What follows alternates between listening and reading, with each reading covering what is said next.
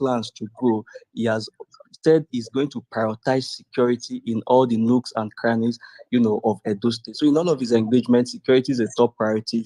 Security is a must for him, and improving the existing security architecture, and also bringing board. There's something he said that is quite interesting, that the aspect of security has gone beyond what we can do in the traditional manner. In introducing innovative ways, using technology, using engagement, community engagement kind of security architecture, where each community take ownership of its peace, take ownership of its security, take ownership of ensuring that the bad eggs are rooted out of the society. So these are some of the plans that he has shared so far with the people in all of his engagements in ensuring that there's peace, stability, and economic growth in Edo. I yield the mic, Oloye.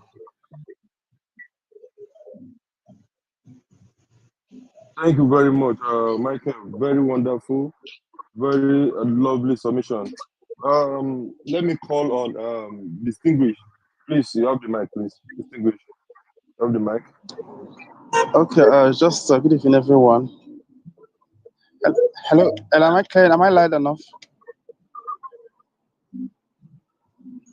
Yeah, hello, yes. Okay, thank you very much. Just a tip of the iceberg, because I know there will be so many questions, and so that we can respond to those questions as they're bringing them forward. But just in summary of everything, I think as it stands right now, if you look at all the lady candidates, I think Asue tick all the boxes. Is the best candidate among every other contestant, in Edo State as of today. It's practically a household name. It's everywhere, and the current government have set a standard that we cannot just allow anyhow person to fit into that shoe. So, and if you look at the caliber and the personality of Aswe, you will know that he's just the only person that can fit into the nature of Edo State. Our people in Edo State are so sensitive that we are not cajoled, and we cannot be maligned by propagandas or anything, and you cannot just dictate for us who becomes the governor of the state. So we decided that, look, this is going to be the man that will occupy the health affair of the state, that will pilot the affairs of the state in the next 8 years, and that will make the dream of the state come true. So I wouldn't want to say much in either thing, but I believe the last question, other people throwing questions, will be able to answer them as it unfolds. But that's just a summary for now. Yeah, thank you, Distinguished. Let me ask you, I have a question for you, please. Do you believe in the leadership of Asue Ighodalo as governor of Edo State, please? The leadership of Asue Ighodalo as the governor of Edo State.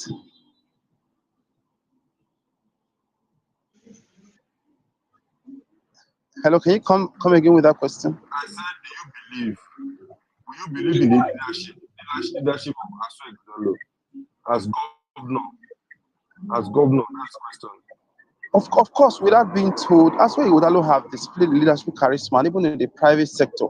If you look at what he has done so far at the private sector in his private life, you will understand that, look, this guy leadership prowess is something that every human being needs to learn from. He has a kind of leadership style, a kind of leadership trait that is worth emulating. He has built that leadership style, leadership trait, even in the private sector. So, and it's something we want to experience even in Edo State. It's being sought after, even in among other countries of the world, not even in Nigeria. Asue Ighodalo is somebody that consults for nations of the world. Maybe you don't know. You need to go and check his personality. A lot of people used to say jokingly that, look, Asue is not even a governorship candidate. It's a presidential product. So we are grooming him, we are preparing him, because we know that Edo State is too small for him. So, but we can't just let him go and start serving other nations of the world, serving Nigeria, without us benefiting from the gift that is deposited on the inside of him. So he's coming to rephrase and repackage, and he's coming to reorientate and tell people this is the way leadership, this is the way governance, a new style of governance. It's coming with a new style of governance. I think that should be the summary. So in addendum, his leadership style is what everybody should emulate. Is it the humility? Is it the capacity? Is it the competence? Is it the charisma? Is it the empathy? Name it all. What else can you talk about? So I think we should not just go for that because he has what it takes. He's a leader of. He has so many sides to his personality traits. So I Yeah, think thank that's you, distinguished. So lovely to hear that from you. I know very well you believe in him. Sincerely, you believe in him. That's good. absolutely. Yeah, let's move forward, please. Let me give back to Ebube. Please, Ebube, have the mic, please. Ebube, take the mic. Okay, good evening, everyone. I'm glad to Good be evening. here. Um, I would want to make a comment about Asue's plan on security of the states. If you have taken time to listen to his engagements with people since the beginning of the campaign season, you will understand that one thing that is important to Dr. Asue Ighodalo is diaspora. He's talking about diaspora remittance. He keeps talking about how he can use diaspora remittance to increase the revenue of Edo State.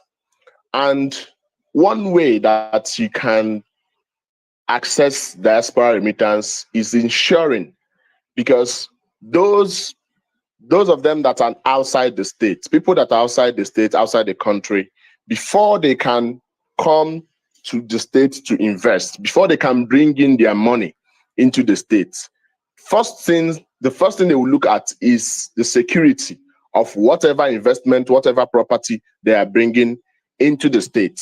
And if you have listened to Dr. Asue speak, you will know that this is one very important area, one very important aspect that he will take as a priority when he becomes governor. So, and having listened to his engagements, I have heard his plans for security in the states, including but not limited to community policing, you know, having a collaboration between the security agencies and the locals. You know, one thing about this insecurity we talk about is that insecurity, if you want to handle insecurity, you go down to the locals, because the locals are the people that know who is doing what, who is perpetrating what form of evil. So Aswe already has a plan of how he can form a collaboration between the locals and the security agencies. Secondly, he talks about training and equipping the security agencies, the police, the civil defense, and all the rest of them. He also talks about using advanced technology and even public orientation. These are things that these are plans that he has in place when he becomes governor by the grace of God after September 21 of this year. He will put these plans in place, and I am very, very convinced that the security situation in Edo State will improve very significantly. That's my take for now. I yield the mic. Yeah, thank you very much. Thank you very much. Please, I want to throw a question to everybody, to the speakers. Anybody can pick the mic from there. You know, security is bedrock in any society. Without security, there will be issues. No development can strive without proper security.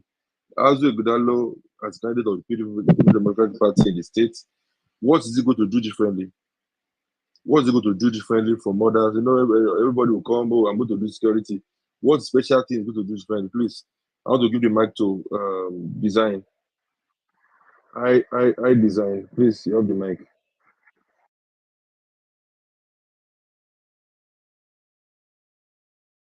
Oh, sorry, he's not here. Please, anybody want to speak should signify, please. Michael, Kenneth, Raymond, anybody want to speak? Sorry, I didn't get the question. Okay, you can just please. throw the again then. Yeah.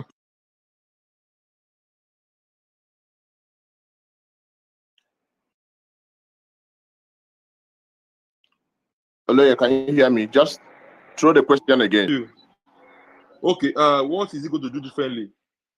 Everybody will come different. Oh, I want security. You know, security is the bedrock of every society. What is the candidate going to do differently? from what other people have been doing from security in the states?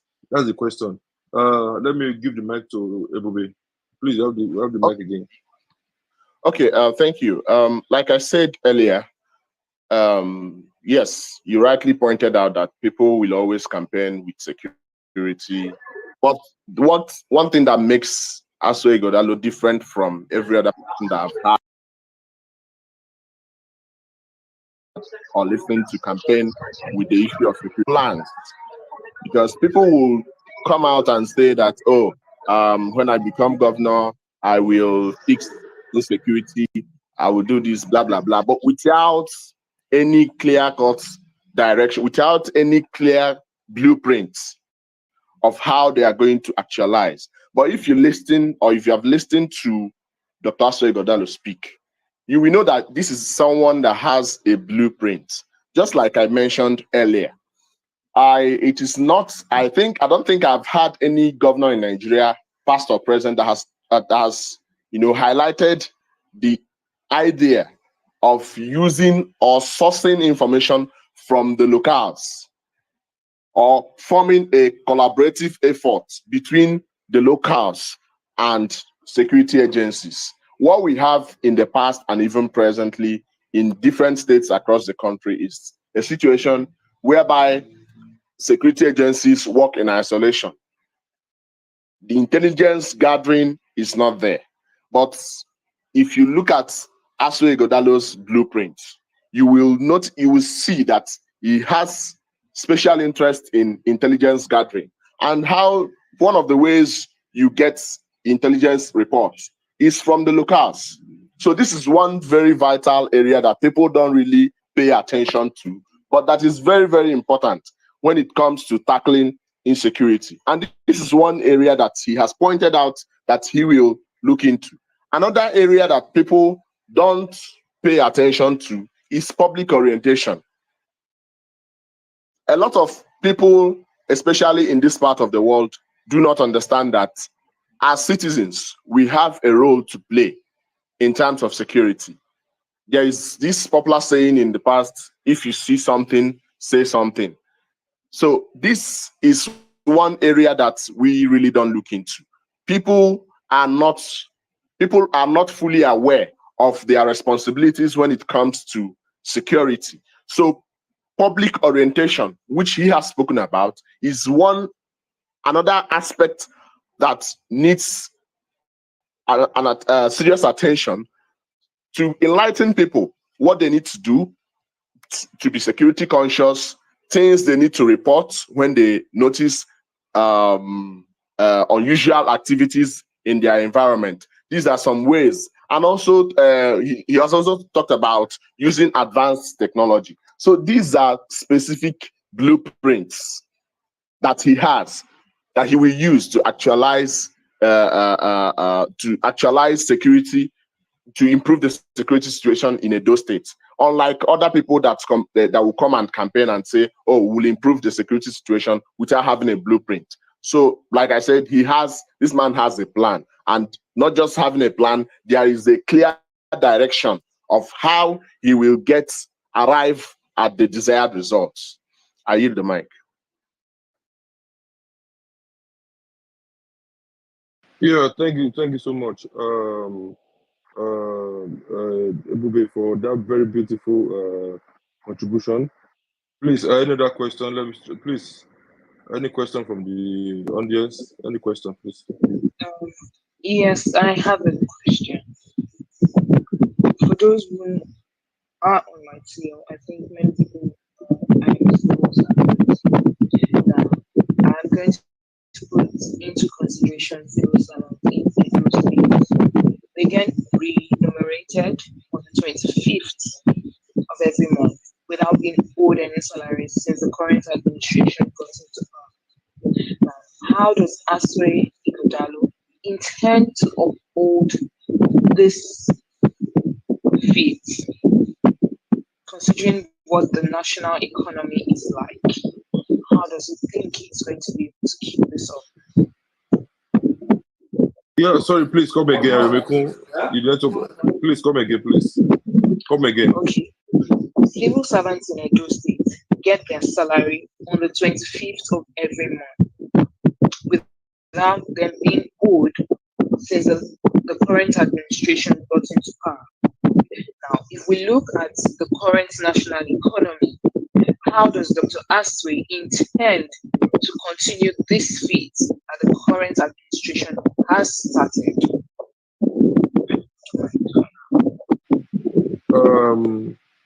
Thank you so much, Ayomeko, for that question. She said the current administration, since inception of the current governor, has been paying salary since 25th of every month. That how does the candidates want to improve on that due to the current economic hardship in the country? Please, anybody that wants to speak on that should request for the mic, please. Anybody want to speak on that? I will answer that. Okay, thank you. He said, okay, the civil servants have been getting their salary 25th of every month, and how do they have been? I've never been owed something like that. Now, how does ASWA intend to sustain this? Okay, that's a very beautiful question. If you look at ASWA as a candidate, as a personality, you will know that ASWA is an investment banker. You understand? And definitely to ensure the timely payment of salary, I am very convinced that ASWA will maintain a disciplined fiscal policy and is going to ensure that it prioritizes salary payment, in the state budget. Now, part of the things I am very convinced that it's going to do is to ensure that it plans to implement robust financial management system to track expenditure, you understand, and recover accurately. You understand, plan expenditures and definitely and revenue accurately. I mean, now, in doing this, he will ensure that definitely is going to foster, economic growth and increase state revenue. Because for you to sustain this minimum with this current administration have definitely increased, you have to do everything possible to, increase the internal revenue generation. Because of course there is increase, even our lifestyle, everything is definitely on the increase.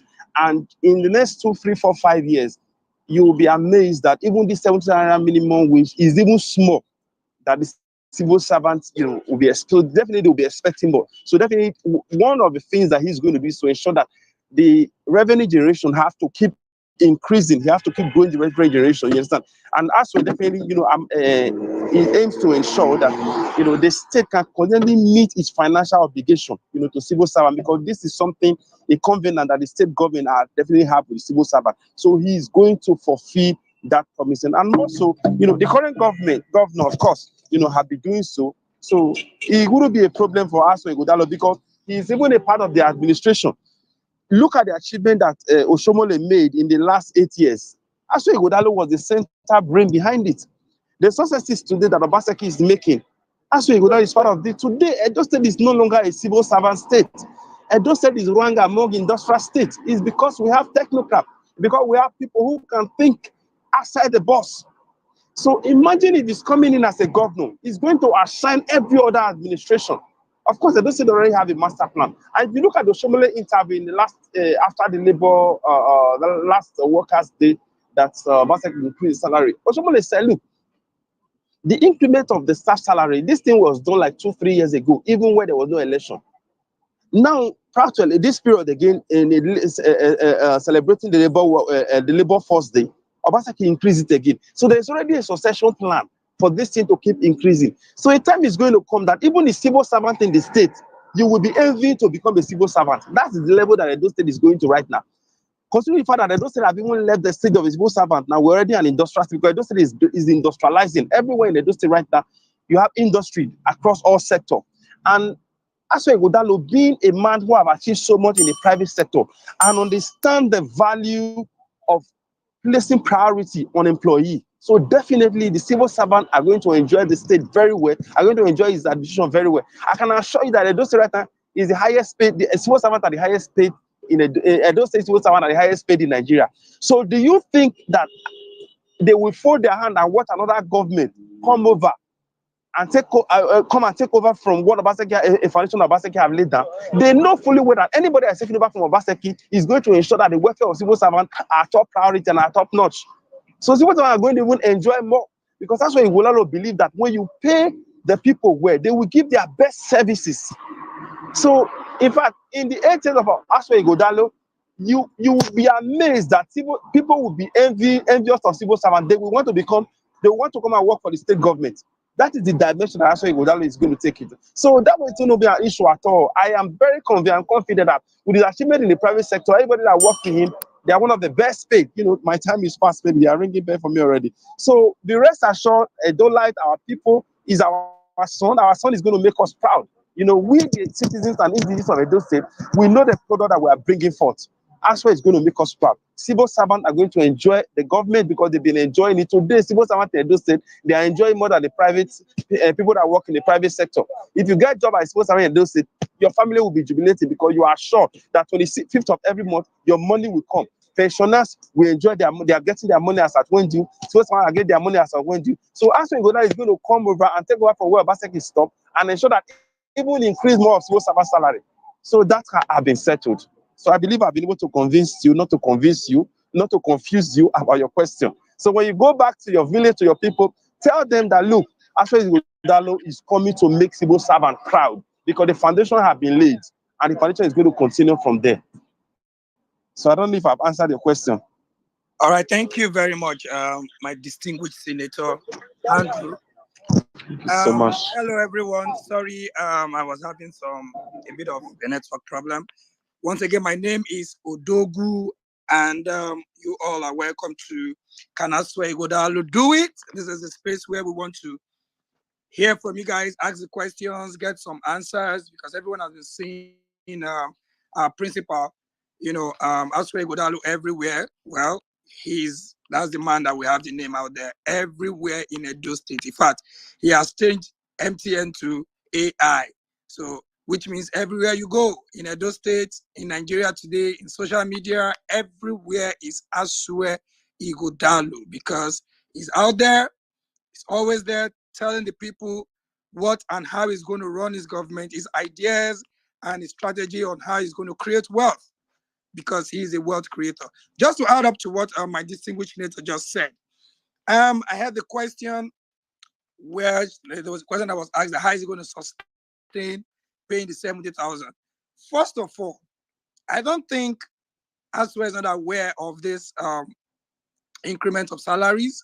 And again, the president governor said we are paying those salaries from what? The monies that we have saved from unnecessary political budget, unnecessary spending that we are paying from those, savings. And as you all know, Asue Ighodalo is a wealth creator.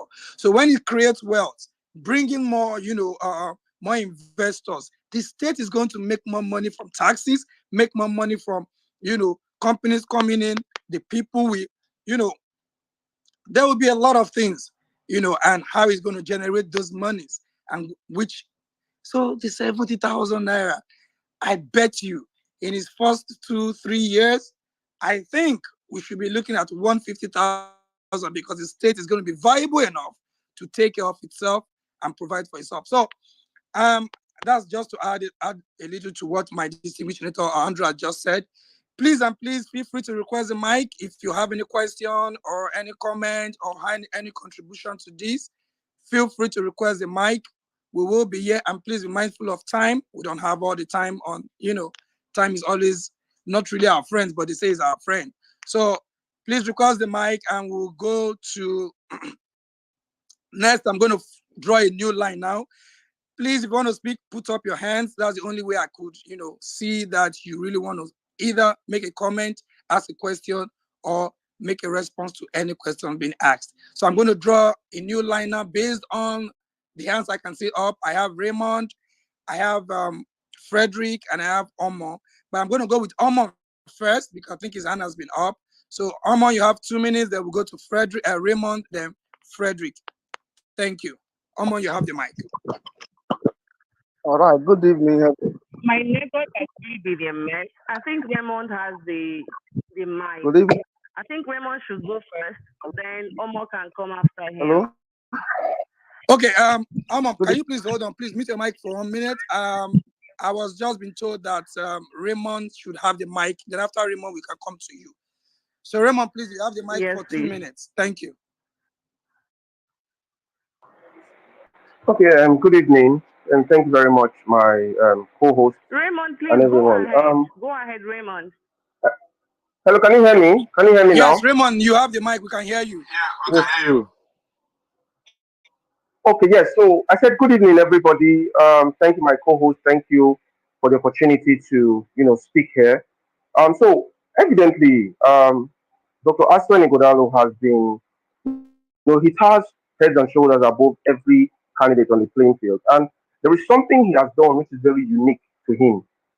Even right before the primaries, Dr. Asue Ighodalo has been able to interact with every, you know, goes to the people, communicate with the people, listen to the people, hear from them what they want.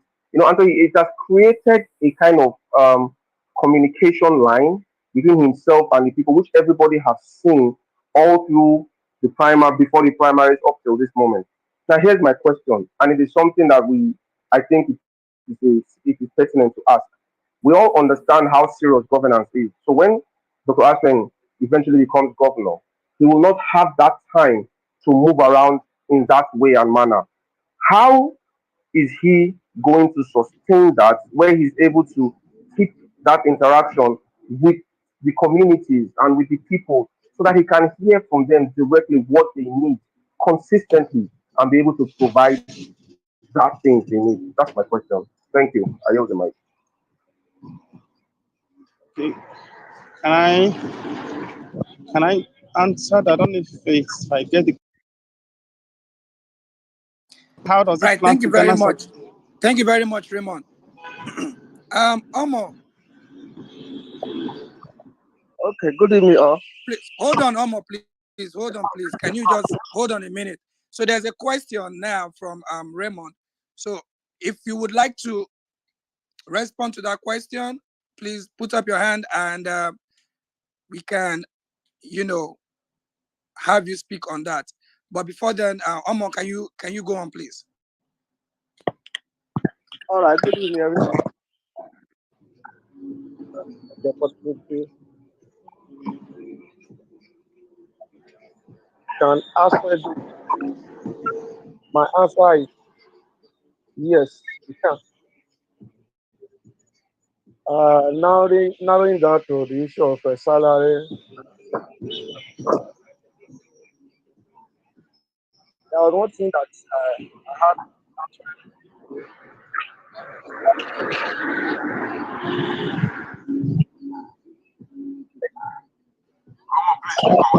Please speak up, please. We can't hear you. Come on, please speak up. Wherever there is security, I'm hearing you. Wherever there is security, Omo, because there's a lot of distraction on the background. We can't hear you really well. okay, is it better now? Yeah, you can go ahead now. Okay, I was saying, I need to ask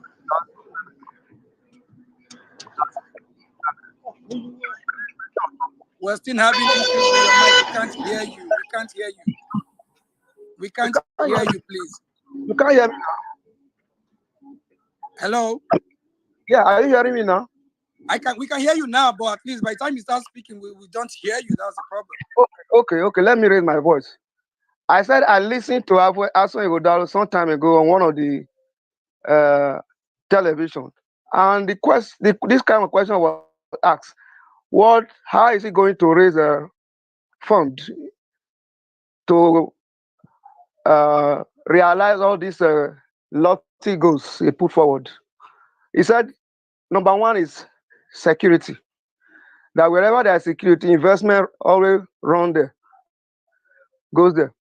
So I believe if there is security in the state, the three sources of revenue to a state, which is number one, the DFI, direct foreign investment. At those states, almost every household have a brother or a sister living abroad. Most of them have a fund, idle fund. They would like to come and invest in those states. But because of the insecurity, some of them will not think of coming home to do that investment. We have, like me, where I come from, most of our people that visit Nigeria, they don't come to the village. They hang in Lagos and other cities because of fear of being kidnapped. So if at the end, if Asue becomes the governor and is able to maybe tackle the insecurity that is prevalent in Nigeria, not just in Edo State, many people living outside Nigeria, not just our citizens, corporate bodies, they will be able to bring in their fund to establish company. That is number one. Number two is the issue of taxing. If there are many investors coming to Edo State, the tax net will expand, and the internally generated revenue will also expand. So in these two areas, direct foreign investment, the taxing because of maybe the expanded basket of the revenue and the taxes, that will put more money in the account of Edo State to implement most of its manifestos, especially in the area of civil servants and creating more job and all that, because it's a job creator. Somebody coming from the private sector. I listened to Dr. Pedro Obaseki some few days ago. He made a very striking statement about Asue Ighodalo. He said Asue Ighodalo is too rich to steal. So I'm not sure it will be the governor that will want to fill his pockets. Whatever comes to the state, he's going to return it and reinvest it to make sure that the state is put on the pedestal of growth to compete with other countries, like I already mentioned, Dubai. That there is nothing wrong if Edo State as a subnational is leading the entire country in terms of development and all that. So Asue Ighodalo come at the right time in this era when everybody yearning for growth and progress of the nation. Thank you. Yeah, thank you very much, Omo, and thank you for that statement. But I just love what you said. Say, the man is too rich to steal. I love that because, first of all, please, if you know you cannot express yourself very well, speak Edo, speak Broken, speak anyone. We day here together, we plaster here. I beg, I'm gonna speak anyone where we say we go understand ourselves very, very well. You understand? So let us always and always and always stick to the topic. Topic here is simple. Can Asue Ighodalo do it? We all know say he go do am, but I know some people still get question, how you want him to do himself? So go ask those questions. We get people who say they go break them down for us. They go answer the question because you know why? The man, they engage people. They talk. They go outside there. They tell people, see what I want to do. See as I want to do. This our state supposed they different. And the only man where be say he don't handle different businesses. Don't sit down for different boards. Both the one way sit down, and the one way sit down there will be say sit down, they help them think how things go work. That's why we dey here. If you have all those things, come. Request for Mike, we go give you. Come ask the questions. So we go tell you what thing he go do and how he go do it. But please, as we talk, time no be our friends for this night. I beg. So I will give everybody 2 minutes. Make we take talk and ask our questions. So thank you very much, Omo, for that thing where you talk. It really sweets me well because I swear, Edo people, we are blessed with this man. We are blessed with this man. Man will leave all those kind plenty jollof way in the head. Come say, I want to serve my people. Let me come meet my people. Show my the skill, the experience where I don't get, make I drop them for them. That's why we get this man now. And we see I say, he they talk, what he go do, and we know say he go do. So let me move on to the next person. I'm going to have Michael. Michael, you have 2 minutes. And then after Michael, we go to Ayomikun. Thank you.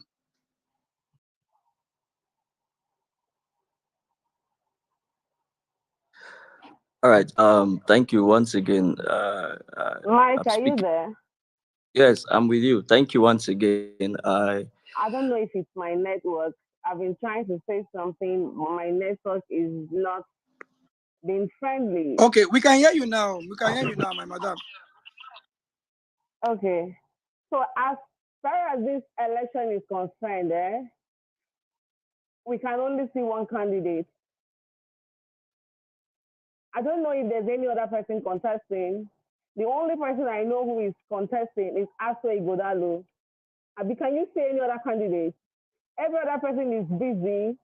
Some are clowns, some are into skit making, some don't have anything tangible to tell the electorate. They are just busy. They're just busy giving us back-to-back skits. I mean, PDP has given us everything that we can ask for in a candidate.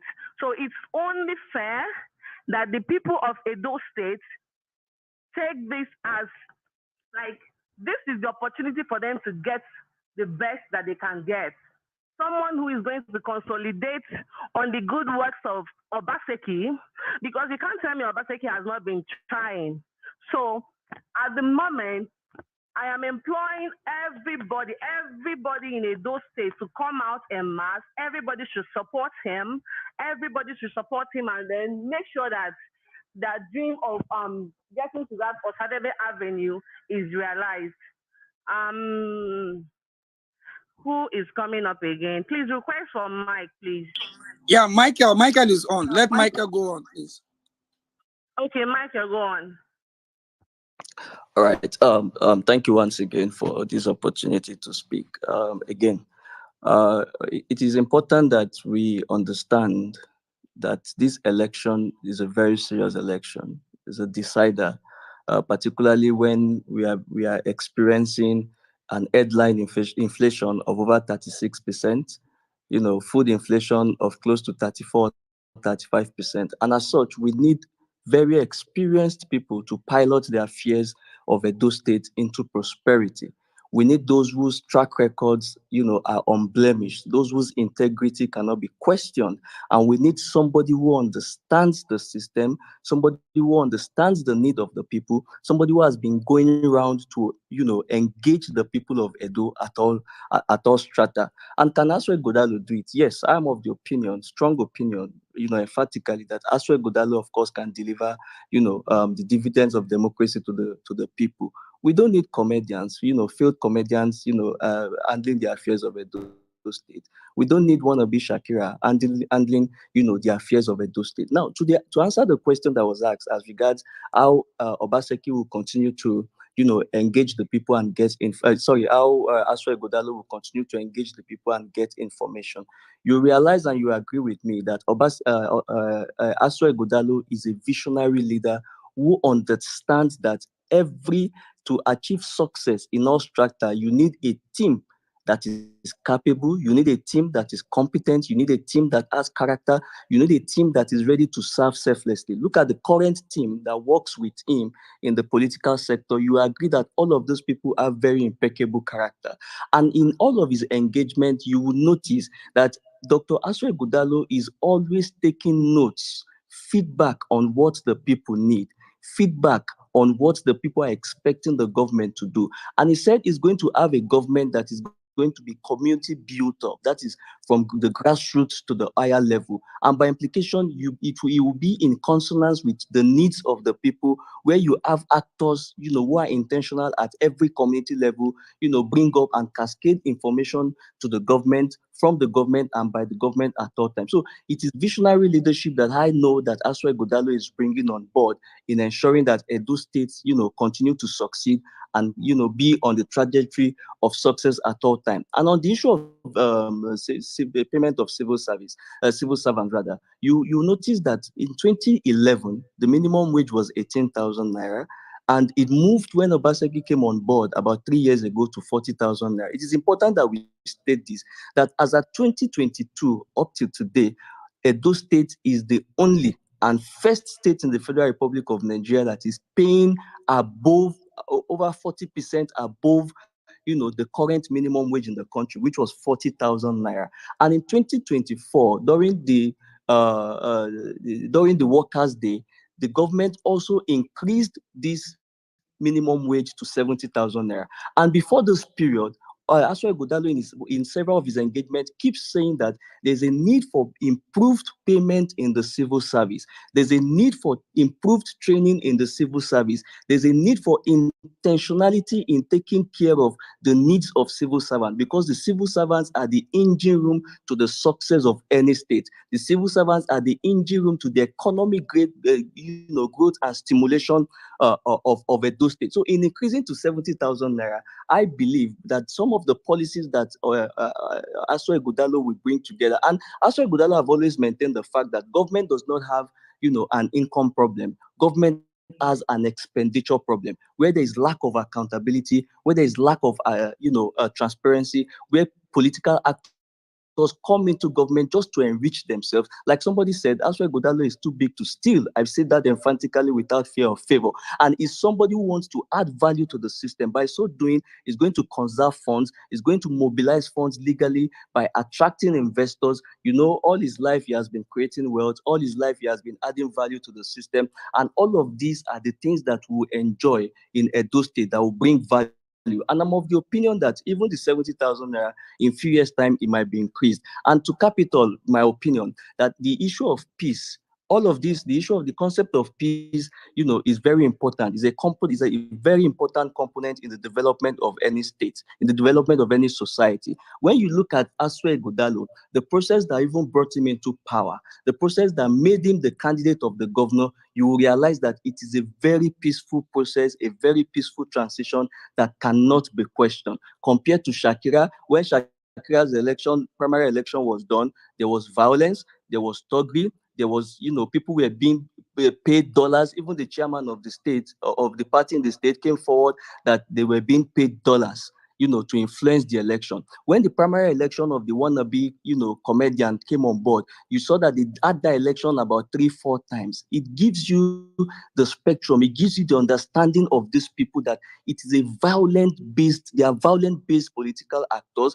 they are violent-based individuals. The election of Asue Ighodalo was so peaceful, was so orderly, was so done in line with international best practices. It was streamlined on social media. People saw it a lot, across all platforms on TV. So we should take note of these little things that matter, things that we may feel that they do not matter. They matter a lot. The process that brings somebody into power is as important as what that person will do in power. It means the people who are around those persons are people who do not like peace, are people who love violence. So for Shakira, it is violence that it came in through violence, through bribery. For wannabe comedian, it came through violence, through bribery.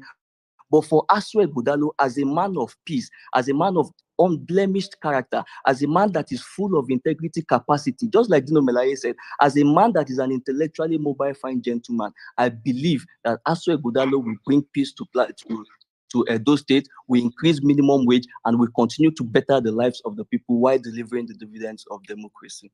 I yield the mic. Wow, powerful. Michael, as usual. Good. That was powerful. You you see, you see one thing why I want to talk. Me, I won't call him the brain box. I won't call him the talking I do. I won't call him the man where be say, no matter how you want try stay now, he they carry red cloth turn into white. The man where be say he be head of a chairman of board for Nigeria Breweries. They not talk Yes, say sir. now chairman of board for Sterling Bank. They not talk say in thief.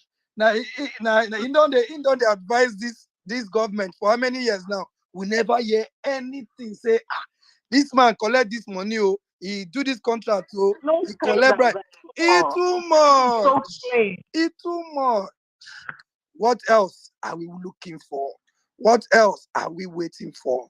Now only Asue Ighodalo, the man with Sabi, now only him go fit do am and he go do am. Thank you very much, Michael. That was a lovely submission.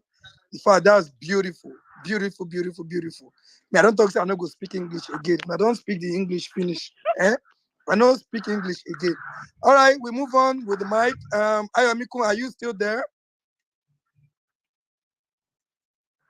I want to react to what Michael said. Oh, Michael, go look ahead, at you. my madam. You're a co-host, so you're free. Go ahead.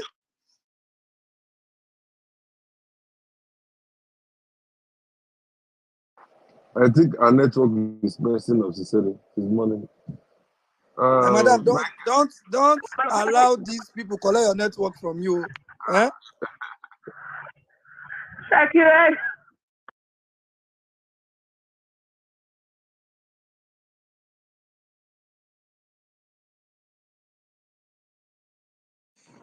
The We gods are can't angry really with her hear you. network. I think Yeah, the we I can't think hear the you. I think the gods are angry with her network. No, the no, gods no. can never be angry at this time. Shakira, Peace to the house. Abakowayo. I think it's the handiwork of Abakowayo and Co. They don't want Honestly, me to they, speak. they are angry with you. Speak. They don't want me to speak. We You can see, hear you I'm now. We can hear very, you very now. okay. I'm very, very particular about people who base their campaigns on if those whose campaigns are issue based. If your campaigns are not issue based, I have no respect for you. I'm sorry. Okay? I have no respect for you if your campaigns are not issue based. So well done, Michael. Lovely submission. Kenneth,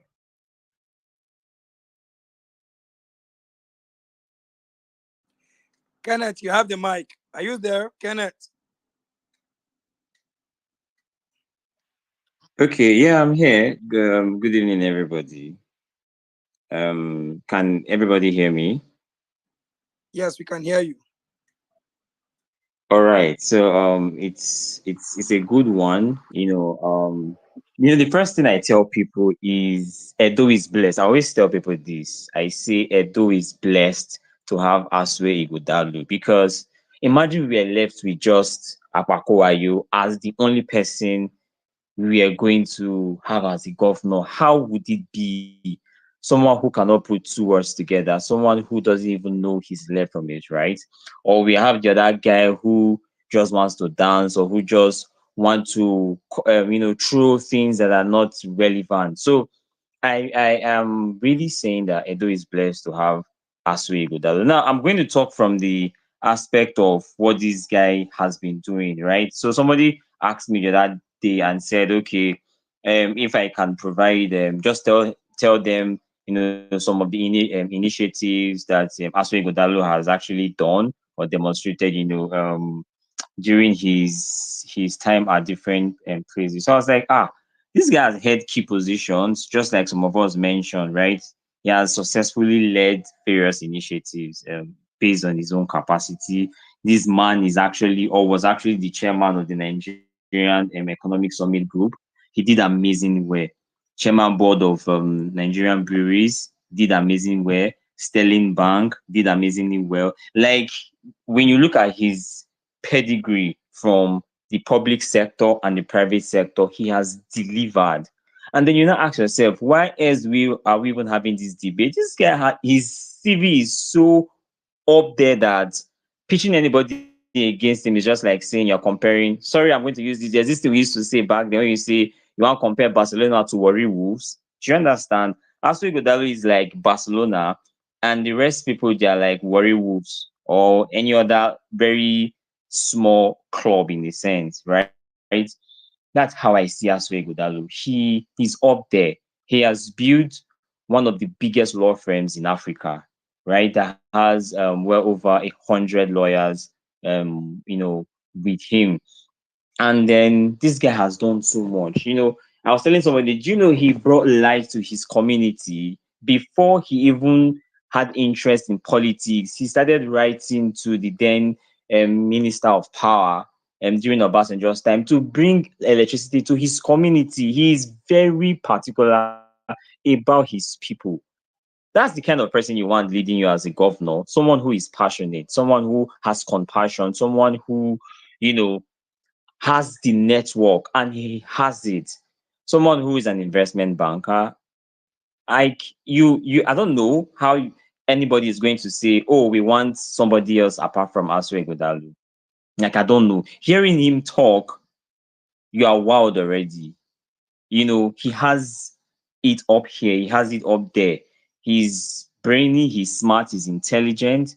In fact, his voice alone, there are things that can draw people to you. You hear Aswe Ighodalo's voice, you say, wow, this man really has a nice voice. So this is not just about having a nice voice, but come on, It's even a plus on his side. The guy has the pedigree. He has built a career based on excellence, based on hard work, based on, and again, somebody talked about civil servant, and he said this is one in one of his interviews. He said, when someone who is in charge of millions and billions, and the person doesn't really have something substantial as take home, their eye can be on, why when you say some civil servant can bend money, but when as a civil servant or as an employee you have something that is due you as take home. You don't care about any other thing. You just want to deliver. You want to give your best because at the end of the day, you will be handsomely rewarded for a job well done.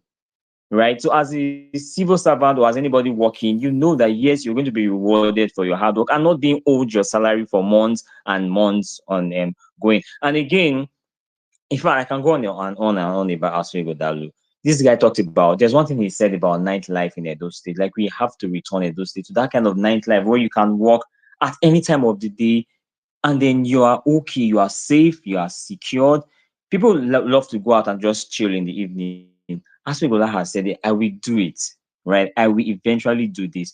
Look at the industry. Oh, I love the fact that Edo State has gone that way, where we have different industries, we have different companies coming into the state, and this is what this guy is about. So I don't want to take all the time, but I just want to tell everybody here that please, if you are not singing Aswe Ighodalo's name, then you are not doing the right thing. So you need to go out there and tell people this is the only candidate that tells you what he wants to do and how he's going to go about it. There's nothing secret about what he's saying. He's not saying no, he's one secret. No, there's no secret agenda here. He will tell you what he wants to do and how he's going to go about it.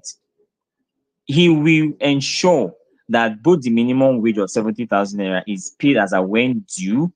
Our internal generated revenue grows from, we are currently around 40 billion a year, but we are looking at hitting over, like we are going to go over 100 billion again. So I know that's very, very possible. So I just want to say thanks to everyone that are throwing their weight behind Aswe Ighodalo. Let's keep doing this. And I know we'll be able to answer this question when we go out. That can Aswe Ighodalo do it? The answer should be yes, he will do it. Thank you. I yield the mic. Thank you very much, Kenneth. That was actually a good one. We all know how passionate Aswe Ighodalo is when it comes to security, when it comes to wealth creation, when it comes to women empowerment, youth. In fact, he's so concerned and passionate about the youth. He always says it, youth, and he said, nobody will be older than myself in my cabinet, and I so much love that. I so much love that. Now we can see his engagement with youth, going to universities, meeting up with youth, with different youths, even at the field of play where they play football and stuff like that. You can just see the passion. Please, if you want to speak, please put up your hand. We have a lot of requests coming up, so when you put up your hand, that's the only way I can know that you want to speak. And I don't need to drop you off, because we need to bring in more people up to make their submission and say one or two things about Aswe Ighodalo, either in any way their concerns and all. Please and please. Can I have Okoje? Okoje, are you there? Yes, I'm here. I hope you guys can hear me. Yeah, we can hear you. You have the mic for 2 minutes. Thank you. Okay. For me, it's no brainer. Aswan Ighodalo is the candidate. I want to say, if Aswan was not on the ticket, I'm not sure this campaign would have been as exciting as it is now. Imagine it was a battle or called him Shakira just now, and as hit maker. I don't think people would have been as excited and as inspired as they are today. It's also funny that a particular candidate and his deputy pride themselves as young people, and yet young people don't connect with them. Rather, young people can even find themselves, express themselves in Aswa Ighodalo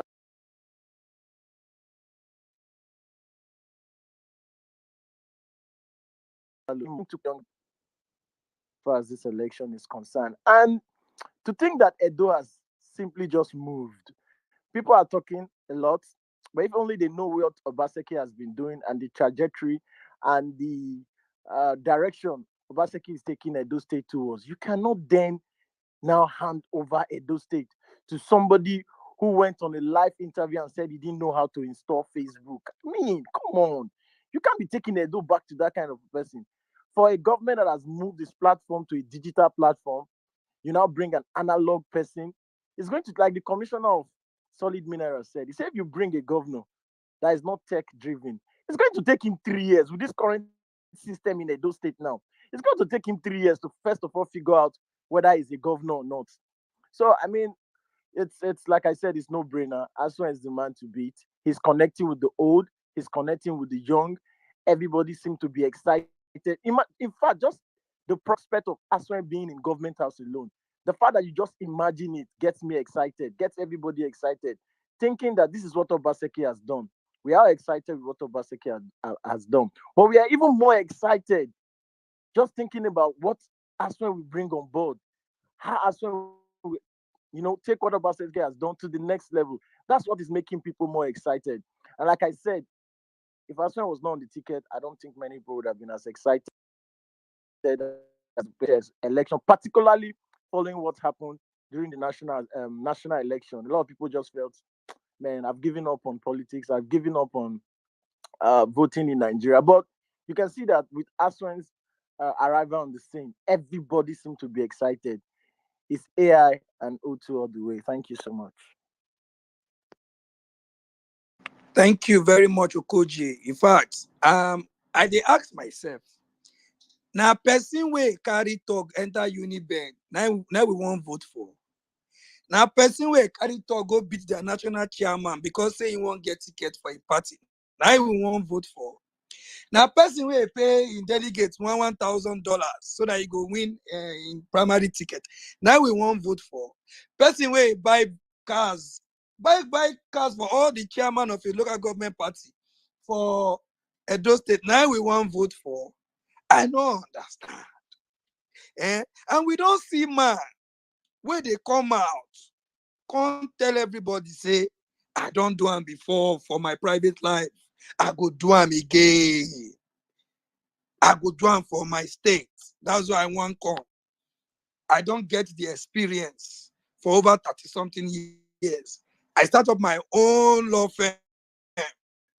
It might be one of the best today in Africa and even in the world. I dey do transaction everywhere. So no be I've been at the man when no know wetin he want talk.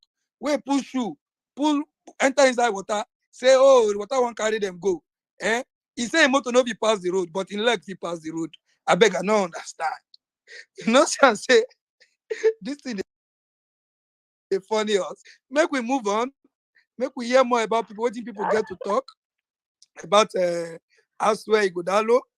The man that they use in his own mouth talk am, but many people can't tell us what they don't hear way in the talk, so that we go get to know more and hear more about the man. I design. Are you there? Okay, good. You're going to have the mic for 2 minutes, but please, if you want to speak, put up your hands. If you're on the listener section and you still want to contribute on what we're doing right here, please request for the mic. I design. You have 2 minutes. Thank you. All right. Good evening, everyone. Hope you all can hear me. Yes, we can hear you very well. All We right. can hear So, you. Go on. all right. So, when I saw the question firstly, is can Aswe without do it? It's quite for given his pedigree, he can do anything. He's AI. He's AI as human. He's an artificial intelligence. You ask him any question, anything, and he can answer. And based on this election, I don't think anyone is more qualified for anything other than AI. AI is someone that you love even when you are sleeping. And if you are in the other race, there, what they call people that say they are hidden, and you will just love AI because the way he speaks, the way he talks to you, the way it makes you feel as if everything is so easy, and the way he finds solutions for every problem is amazing. Um, I saw the keynote on flyers, and the questions were, how would we be able to sustain the 7,000 minimum wage? And I look at it, I'm like, question, yeah, how would we be able to sustain the 7,000 minimum wage? But if you look at it, Aswen has been board of so many companies and has shared so many companies over the years. And working with workers or employees has been one of his biggest challenge. And I know from what he has said so far, he has always said this thing and said, let your let what you take home actually take you home. That is the key to everything. I think this is what Governor Baseki has been working towards over time, being the advisor to Governor Baseki. Let what you work for take you home. You can't have a situation whereby you earn 40,000 minimum wage, and then you can't buy a bag of rice, you can't buy beans, you can't buy simple groceries for the house with your salary, and you go back to square one. It's not funny for anyone. And I'm happy Governor Baseki has been able to match the money with the amount of bag of rice at the market as at today. So Aswe Ighodalo can actually do it. It's very easy. If you take in the consideration of having him in the board meeting with labor members to discuss on the issue of minimum wage, I bet he is someone that is an inclusive person. He listens to you and will try to break a balance. Aswe Ighodalo is someone that his policies are always, how can we do it? How can we do it, and what do we do to make this happen? You understand? And it's very easy for any other person to just say, I don't think so. It's very difficult. Yeah. So people like them, Abako Musa, as my father would say, and Oredo Big Show. Yeah, it looks as if it's very difficult thing. But to someone who has been in corporate service for years, someone who has paid workers more than 1,000, 2,000 workers over years, and know the value of workers, you always know the value of minimum wage and have a value of your purchasing power as a worker to the government. So that's not even a topic. To me, I would say is a walk in the park for Aswe Ighodalo, because I see even in the first day in office, given the trajectory of Governor Baseki already in the state, our IGRO going paperless, cutting off from the national grid, having various companies all scattered all around the state, bringing IGRO to the state, and it's amazing that this stuff were not there even 8 years ago. Like me personally, when I came to Benin in 2019 after school and everything, I was probably looking forward to travel to Abuja, but later on I got to discover that things are going on. Let me just ask questions and let me see what's going on. And it's amazing that if you travel to some key part of Edo State as of today, you will find two or three companies scattered all around. It wasn't like that before, and that keeps on being the argument with me and some of these OPC guys. Like, look at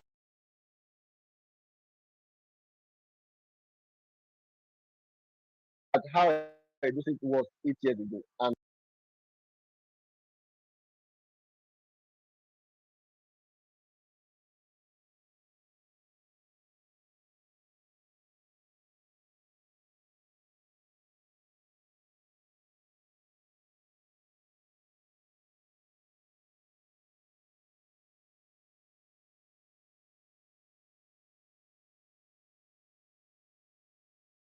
it's very, very easy.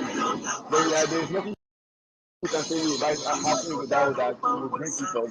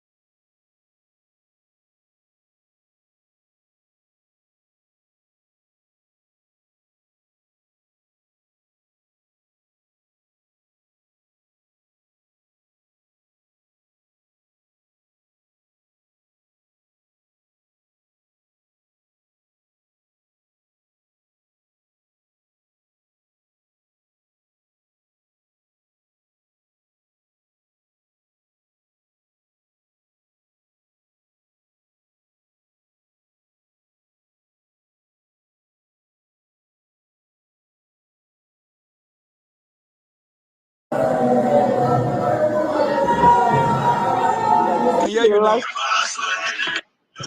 Okay, Distinguish, hold so on, I hold on feel without there's the intro. Don't nobody worry. around.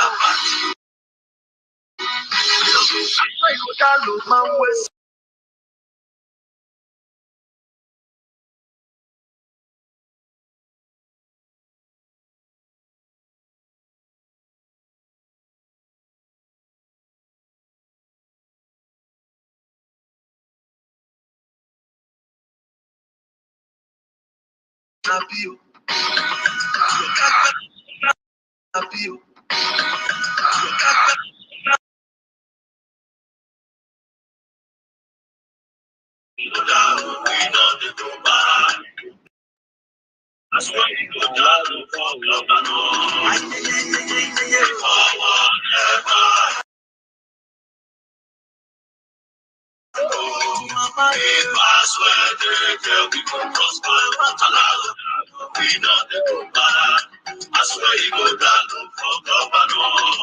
Sure you go vote for PDP. Oh yes, PDP. Oh yes. Thank you very much. My distinguished. See, that's one. So Thank you, sir. You go still play. Okay, no wahala. What You a go lovely still for play. song. making me dance, for making me dance, you got me too I was enjoying the song. I said, we dance more. Yes. In the next 20 seconds, then we go to Frederick.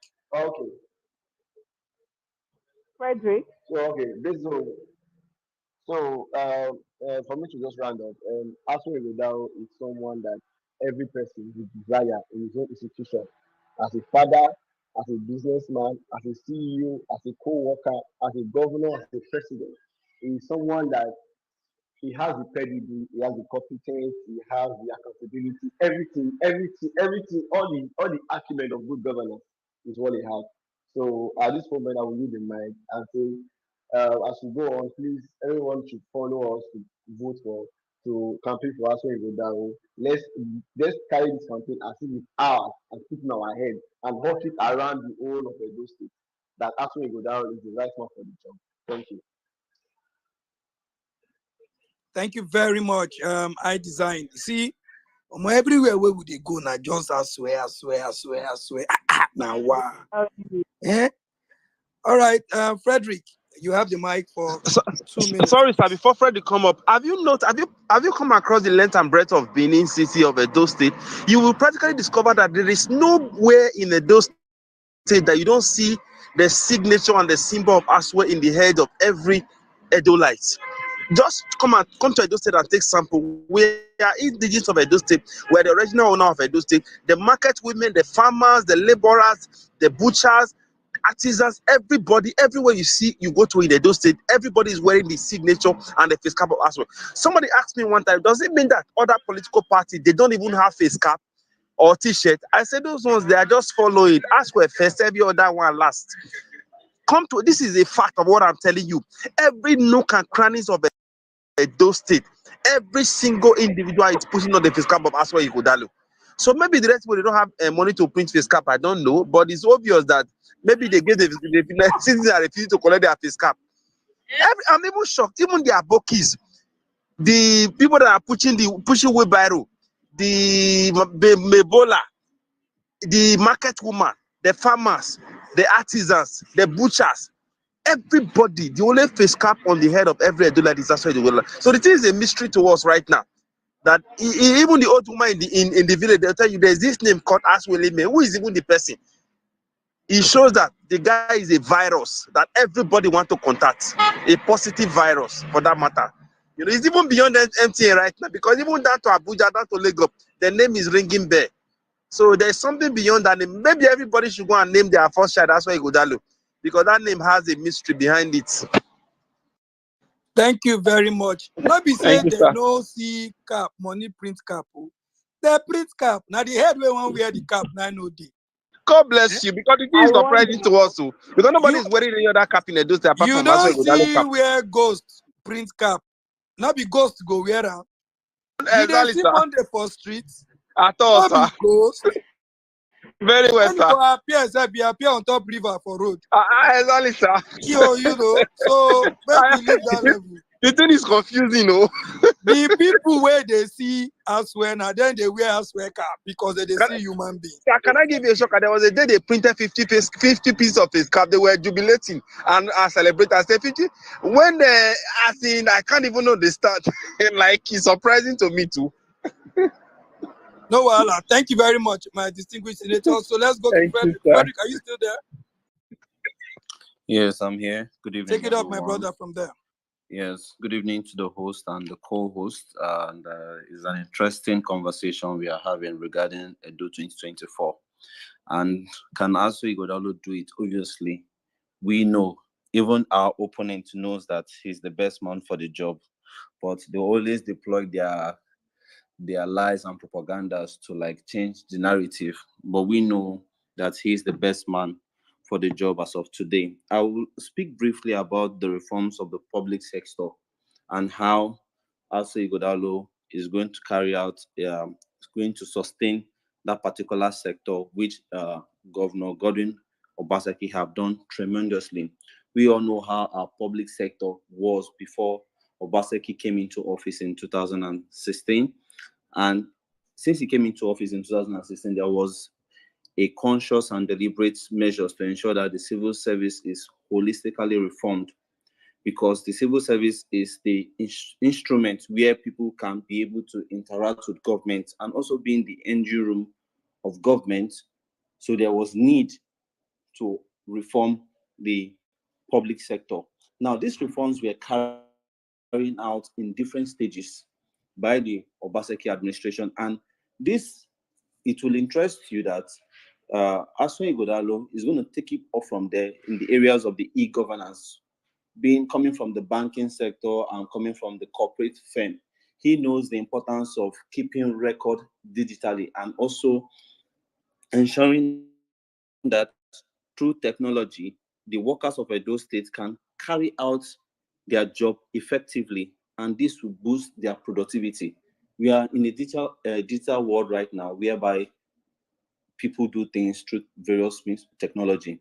There's no need carrying files from one office to the other. Kudos to the governor, he has done well. And I think Asue Ighodalo, coming from these various backgrounds, will be able to sustain that tempo. There's no need going back to the old days. You go to government offices, you see different files and different, you look for one file from 2016, you start searching and searching and searching. But the governor has made this reform very easy that the workers can now work very, very well. Now, also looking at the merit-based employment deployed by this current governor, Asue Ighodalo likes to work with brilliant minds, people who are result-oriented. And if the governor is employing people into the public service based on merits, based on their first class, people who graduate with first class and who have done very well in their various fields, I'm sure that the incoming governor is going to sustain that tempo, because he likes to work with brilliant minds, brilliant young people, men and women. If you watch around his team, you can see him that is associated with young people who are delivering different results from him, who are reaching out to people, who are campaigning, talking to people on how to win the election. These are the kind of people he loves to work with. And importantly, the conducive environment for our state workers to do this job is very, very critical. The current governor, have remodeled and renovated majority of the public buildings in the state. He established the John Onyegu Civil Service Academy, where civil servants are being trained on a daily basis. Even the new people who are being employed are being trained in that particular academy so that they can be abreast with what government is doing. These reforms is enabling government work better and meeting their aims and objectives towards the people. And if you look through our state secretariat, you can see the beautiful work the governor did there. That particular place was I can't know the kind of exact word to describe it, but when the governor came on board and saw that our civil servants are staying in an environment that is not conducive, he took it upon himself to remodel that particular building. And Asue Ighodalo is going to take it off from there by also ensuring that more public buildings and more public institutions are being remodeled or renovated so that our workers can have a beautiful place to work and they can be as productive as they can be. Imagine having a public building, or a state secretariat that is having a leaking roof like Old Trafford. The players will not be performing better, same as the workers. Now, talking about the sustainability of the 70,000 minimum wage, this current governor have been able to block some certain leakage when it comes to resource management. And Asue Ighodalo, coming from the banking sector, is a man that knows how to manage that can know how to manage the economy very, very well. Being a former chairman of the Nigerian Economic Summit Group, being a chairman of Dangote Floor and other notable multinational businesses, he's a business leader. He knows how to invest our money and have return of investment. To sustain that particular amount, I feel most of the state governments we have in Nigeria can actually pay, but most of them, due to one way or the other, they choose not to pay. But in our state, Edo State, we have a governor who have come up to pay 70,000 naira minimum wage. To some of us, it's still not enough, but we are getting there.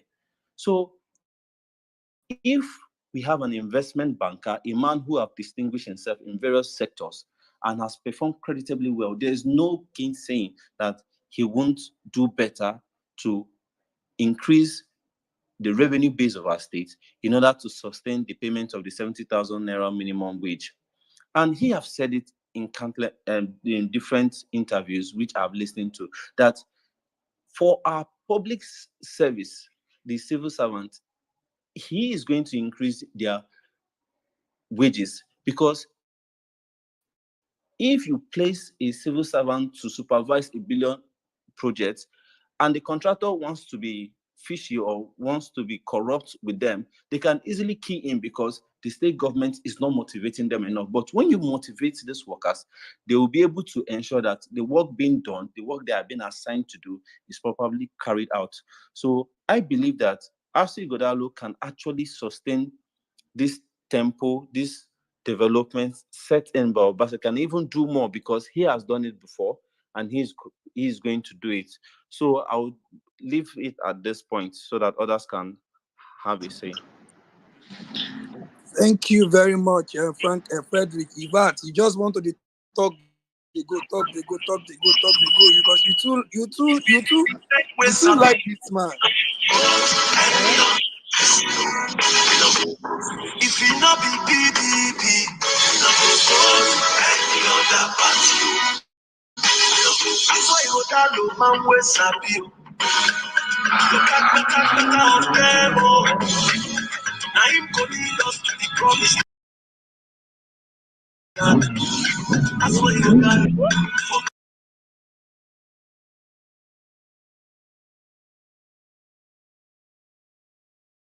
Governor, okay, na correct governor. Okay, na correct.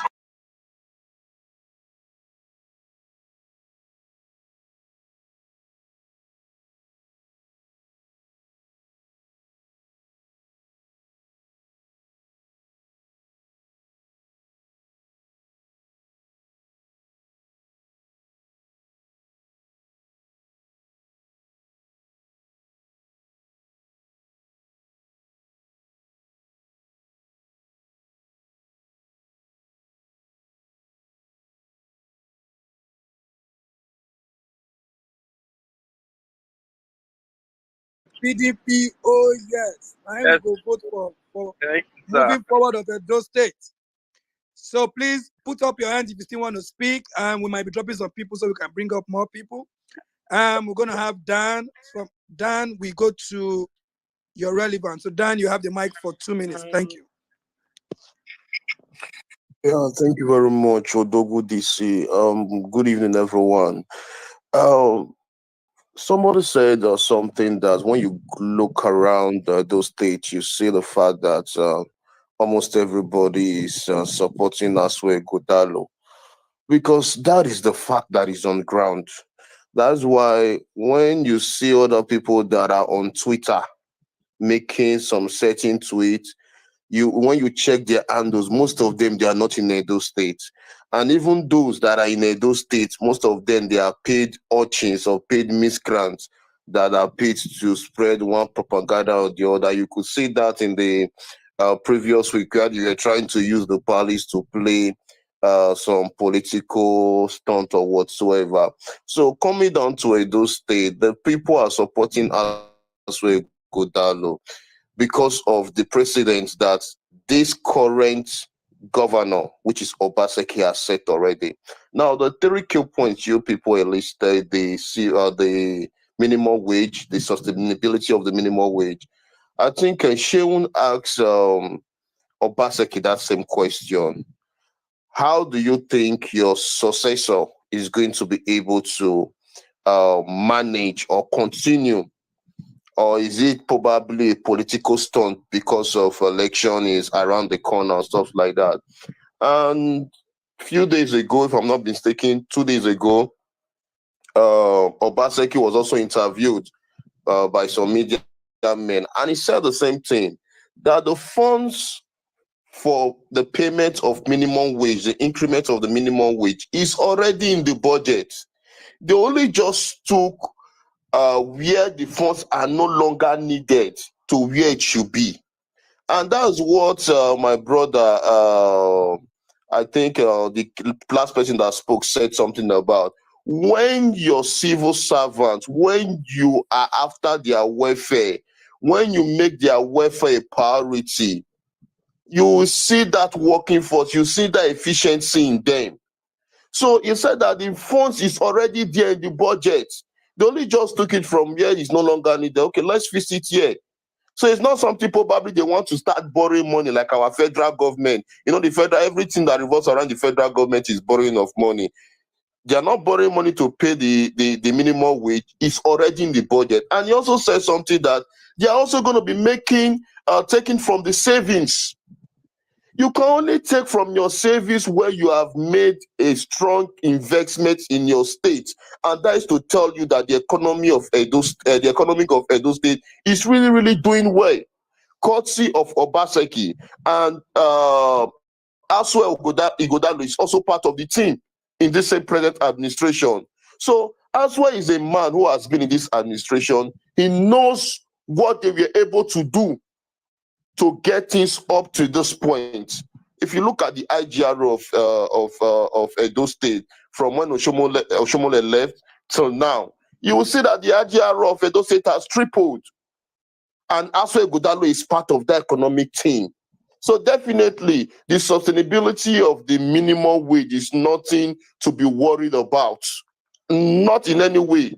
If care is not taken, it will shock you that after 1 year in office, Asue Ighodalo might increase it to 100,000 naira. And don't forget that Obaseki made a statement that even after this review of the minimum wage, even if the federal government comes up to say they are going to pay higher than that, they are also equal to the task.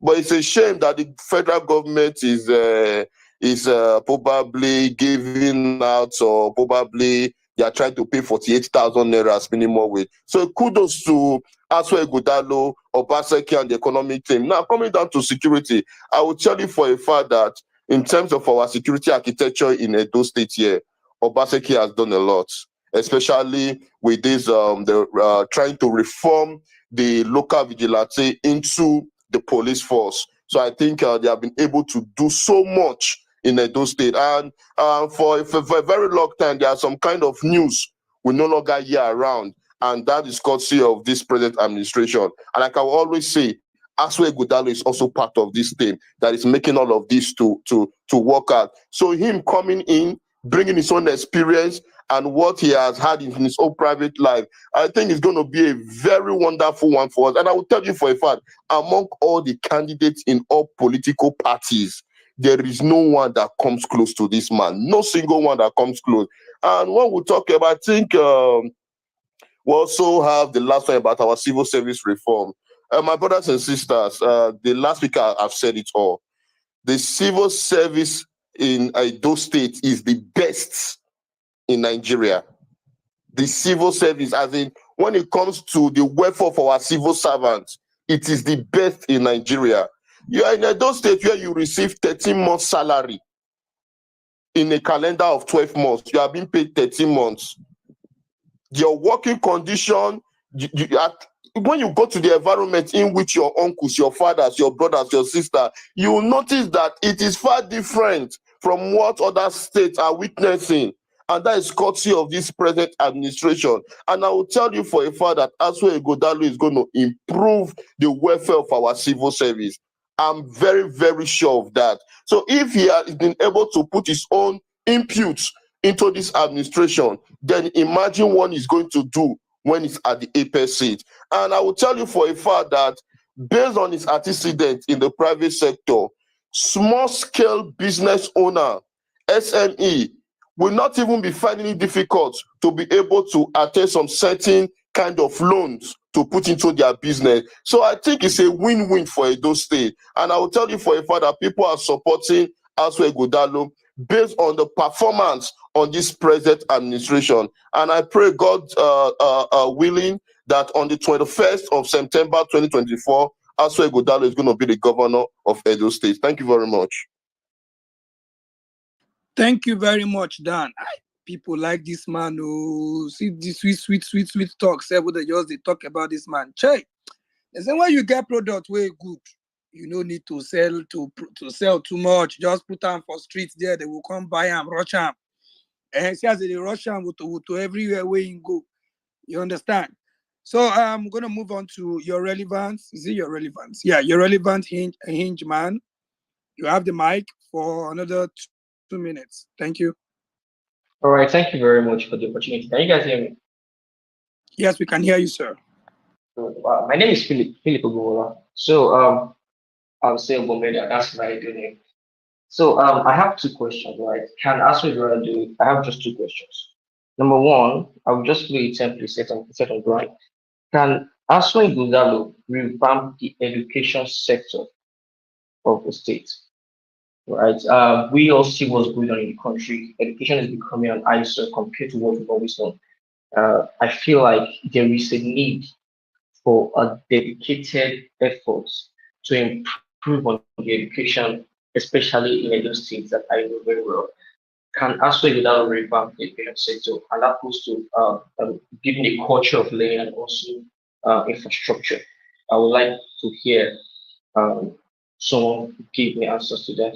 Then the second question I have to ask, I'm from Akoko, the local government area, and for the most part of my years in this world, I have seen this aspect of sidelining my local government area from the governors of the state. But with present times, I noticed a new development that I really, really admire. So I would like to know, can Aswe Ighodalo create a continuation of inclusivity like whole government is enjoying in governance? And I want to add that for the first time in my life, I am seeing my local government celebrate voting, elections, because of what is happening, and that's what PDP has done so far. And I really find enjoying that.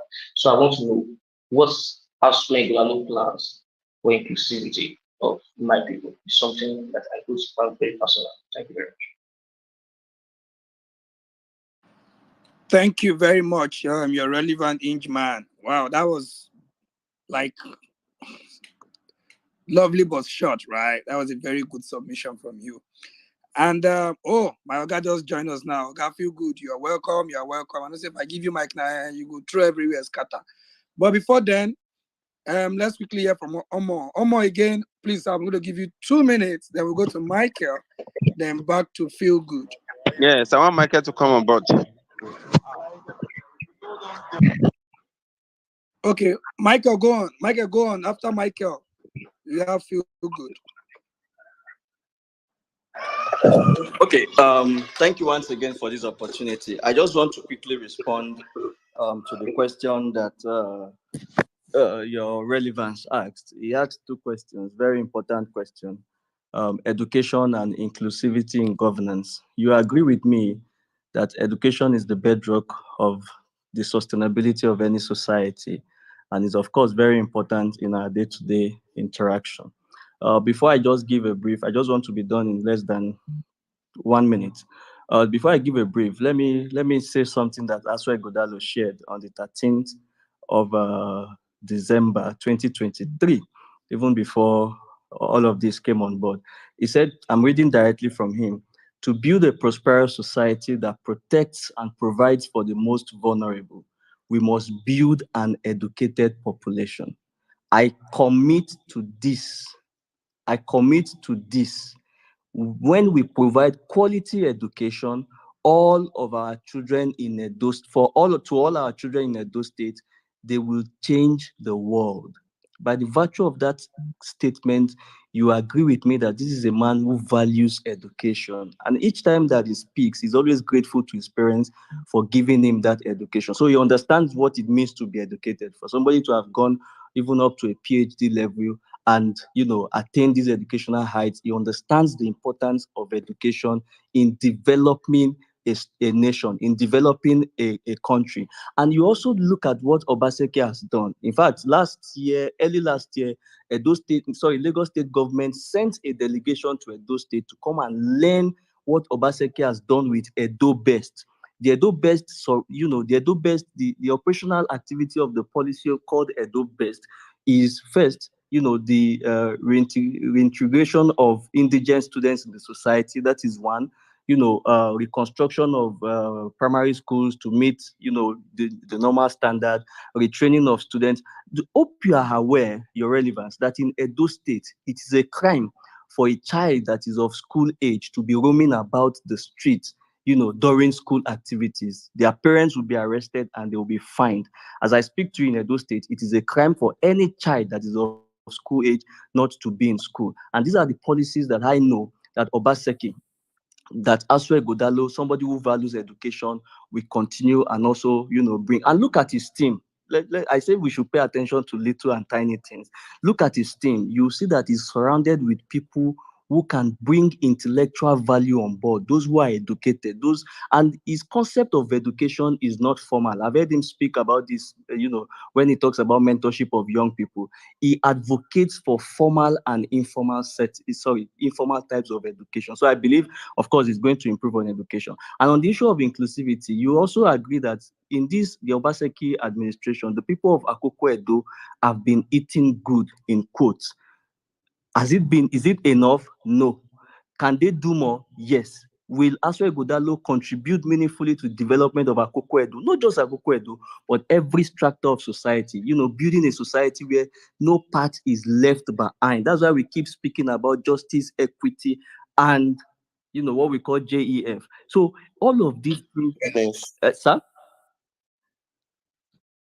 I said fairness. Yes, fairness. So every part of Edo State is a critical stakeholder in the vision of Asue Ighodalo to deliver good dividends of democracy to the people. So as it were, what Akoko Edo is currently enjoying, I know it will double, if not triple, when Asue Ighodalo comes on board. Because Akoko Edo, as it were, has always been contributing politically. In fact, is a stakeholder in Edo State that you cannot push behind. And Obaseki has seen this. You have the deputy governor of the state, you have other critical stakeholders in very strategic positions in the state, and you're beginning to see development. These are the blueprints. Why this must continue, why this administration must be handed over to somebody who shares the same vision in the interest of continuity, so that every part of Edo State, every critical stakeholder of Edo State in terms of community will be onboarded into the master plan and enjoy inclusivity, enjoy the delivery of dividend of democracy across board without any sector or any section being marginalized or short-charged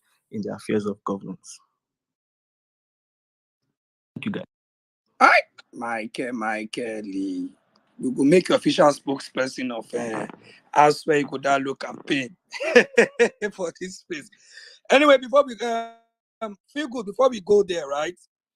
My distinguished senator, are you there? Okay, Andrew, you did, yeah? Yes, fully Oh available yeah, for the because afterlife. give us more go interval small, make we drink small water before feel good go hit Open us with his control. own. Your excuse. And more feel excuse. Okay, Me let's energy and have some Africa. dance play. Yes, so What's your one miniskirt? We dress as only for which you know. Only for certain comments. If you not be men wey sabi, you no go fight any other person. If you not be PDP, you no go join any other party. Asue Ighodalo man wey sabi o. Kata of them all, na him go lead us to the promised land. Asue Ighodalo for governor. Okay, na correct man wey sabi o. Every must do their 1,000,000 yards. You follow lead us to the promised land. Asue Ighodalo, he show for us. Ayeyeyeyeye. Forward ever you go. We pass where they we go prosper. Alagoda, we know the go back. Asue Ighodalo for governor. Ayeyeyeyeye. Forward ever you go. We pass where they we go prosper. Alagoda, we know the go back. Asue Ighodalo for governor. Sure you go vote for PDP. Oh yes. Oh yes.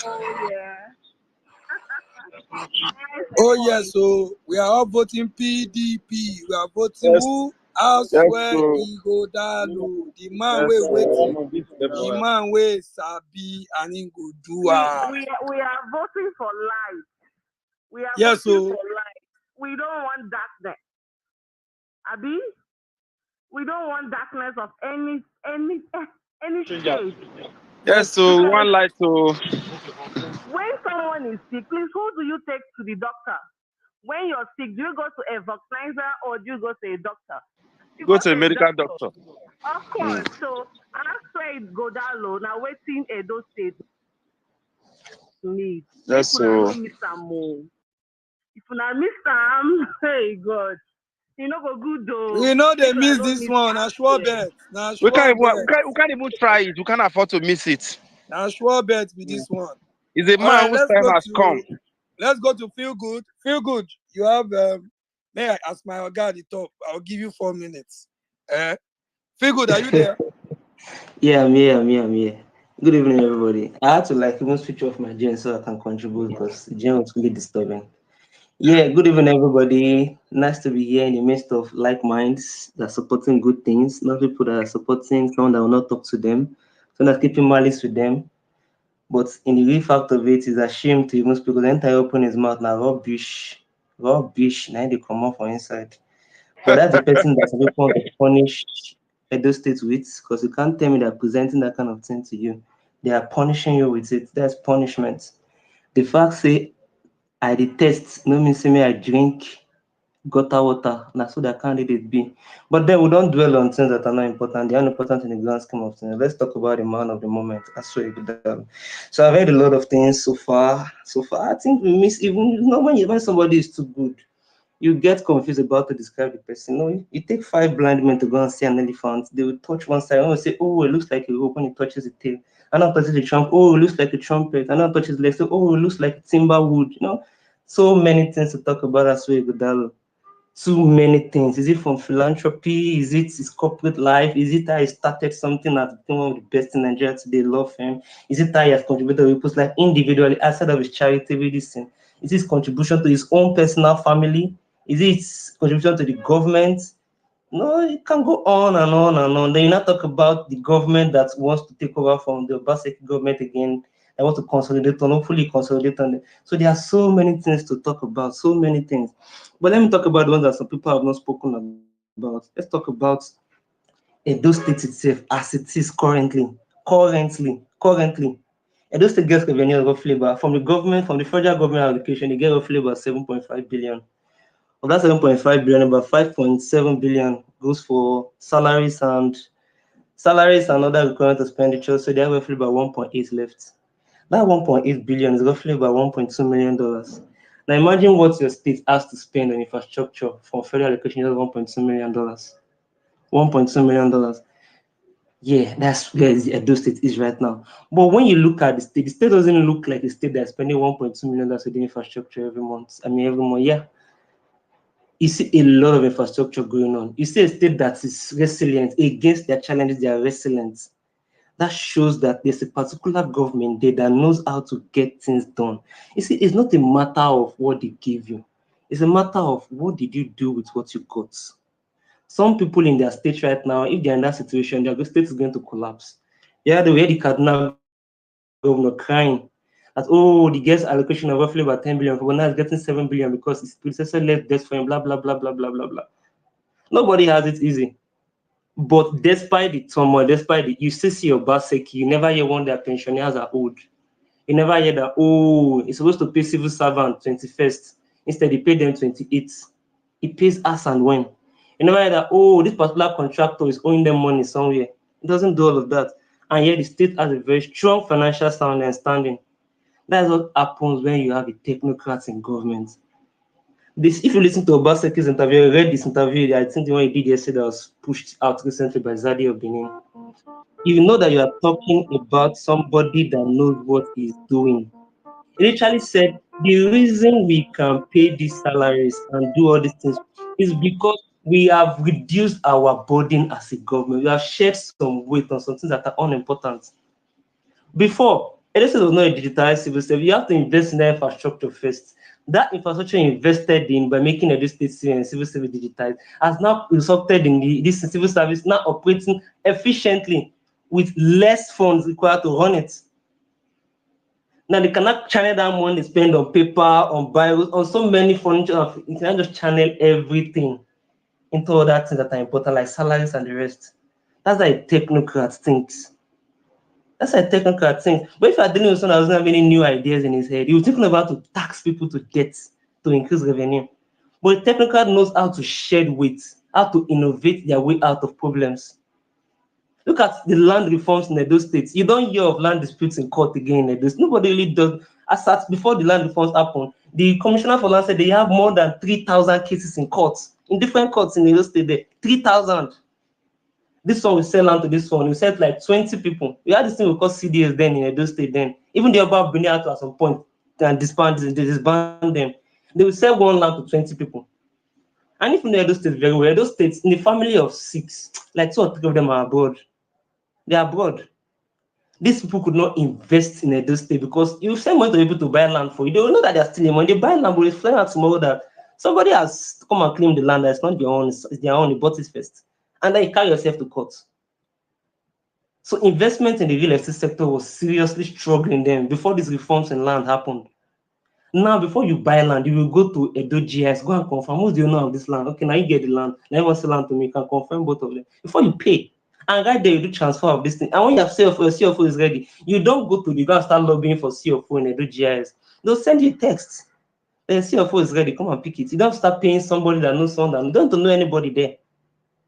That's how a system works. That's why you see people coming to this to come and invest now. You don't hear people saying, oh, I pay money to this person, you not give me this person steal my money. It doesn't happen anymore. This is how someone that innovates thinks, someone that is a technical thinks. This is level. No state in this country right now has this level of sophistication in handling their civil service, in handling their land matters. No state in the whole of Nigeria has that. None, not even one. But somebody wants us to go to a man that says he has a cyber cafe, he used to run a cyber cafe in Jos, but he doesn't know how to install Facebook on his phone, doesn't know how to install WhatsApp on his phone, doesn't know how to install what they call it, Zoom on his phone. And not that somebody even told us this, we heard it from his mouth. From his mouth. He was so bold saying it that he could not install WhatsApp on it. And you bought new, and I know any new phone comes with this app, so don't even install it, they're already there. We opened the man and said they have not installed it for him. Imagine the kind of people want to go back to. A man that cannot speak to people. If you are sure of what you are offering, you speak to people. You tell them about your plans. Instead, you will pay people to come and tell you about him. Pay people to come and tell you about him. If you're mentioning Bo that used to campaign for senator, is what he wants to use to campaign for governorship too.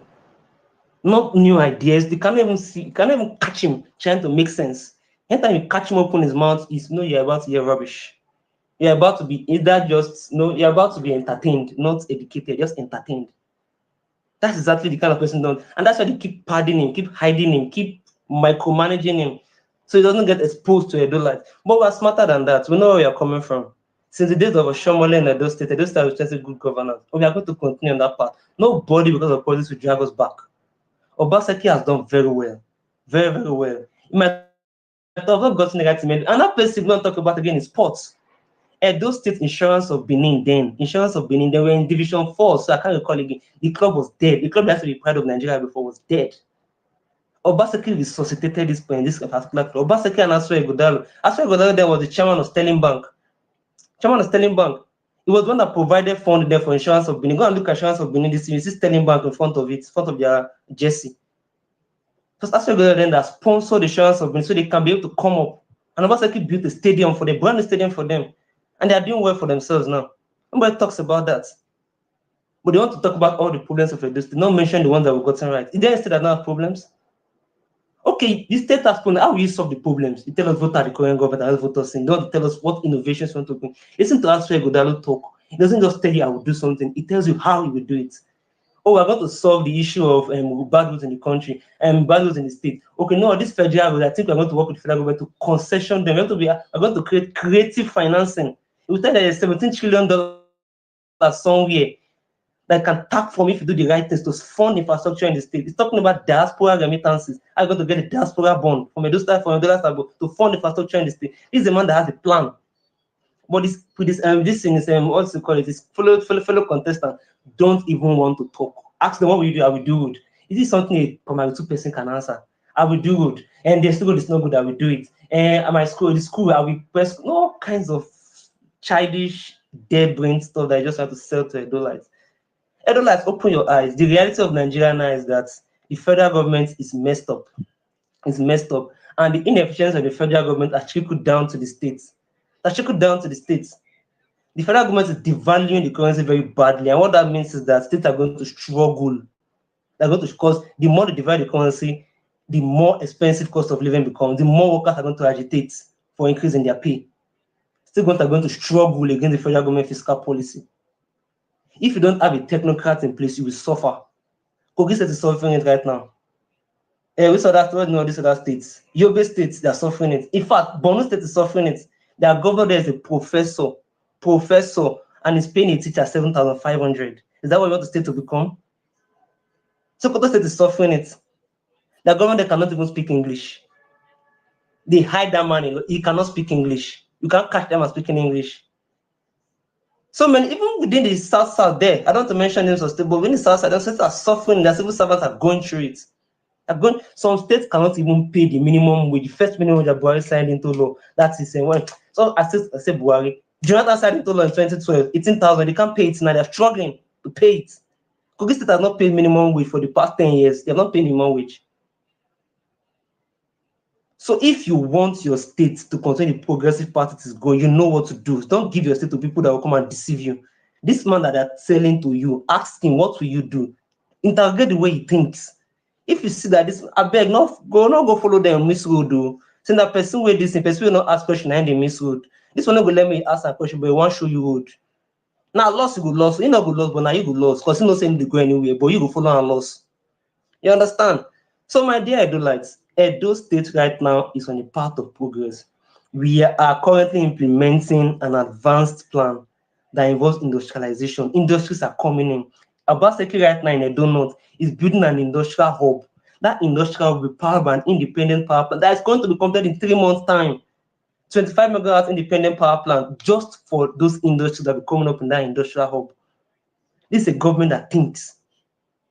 Solar electricity, there's about 35 different solar companies that are currently setting up shop in Edo State. One of them have already completed there, and they're distributing electricity to 80 houses, 80 homes in a year in Edo South. 80. I think they're doing about 0.25 megawatts a day about. So 80 homes. 80 homes now getting 24 hours electricity. That is small compared to the general population, but we are exploring every option to ensure power gets to Edo Light.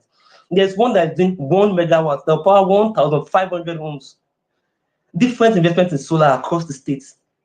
This is kind of thinking we want. Until the federal government gets its power, this power structure right, we cannot wait for them. But the technical cannot wait for people that are failing to what do you call it, trickle down the failure on him. He will try as much to absorb himself from their failure. That's what Obaseki is doing. But they will come and tell you all the problems of those states. They never tell that they are the cause of the problem. They never tell that they have no solutions to the problem. They just tell you vote for us because you don't like this man.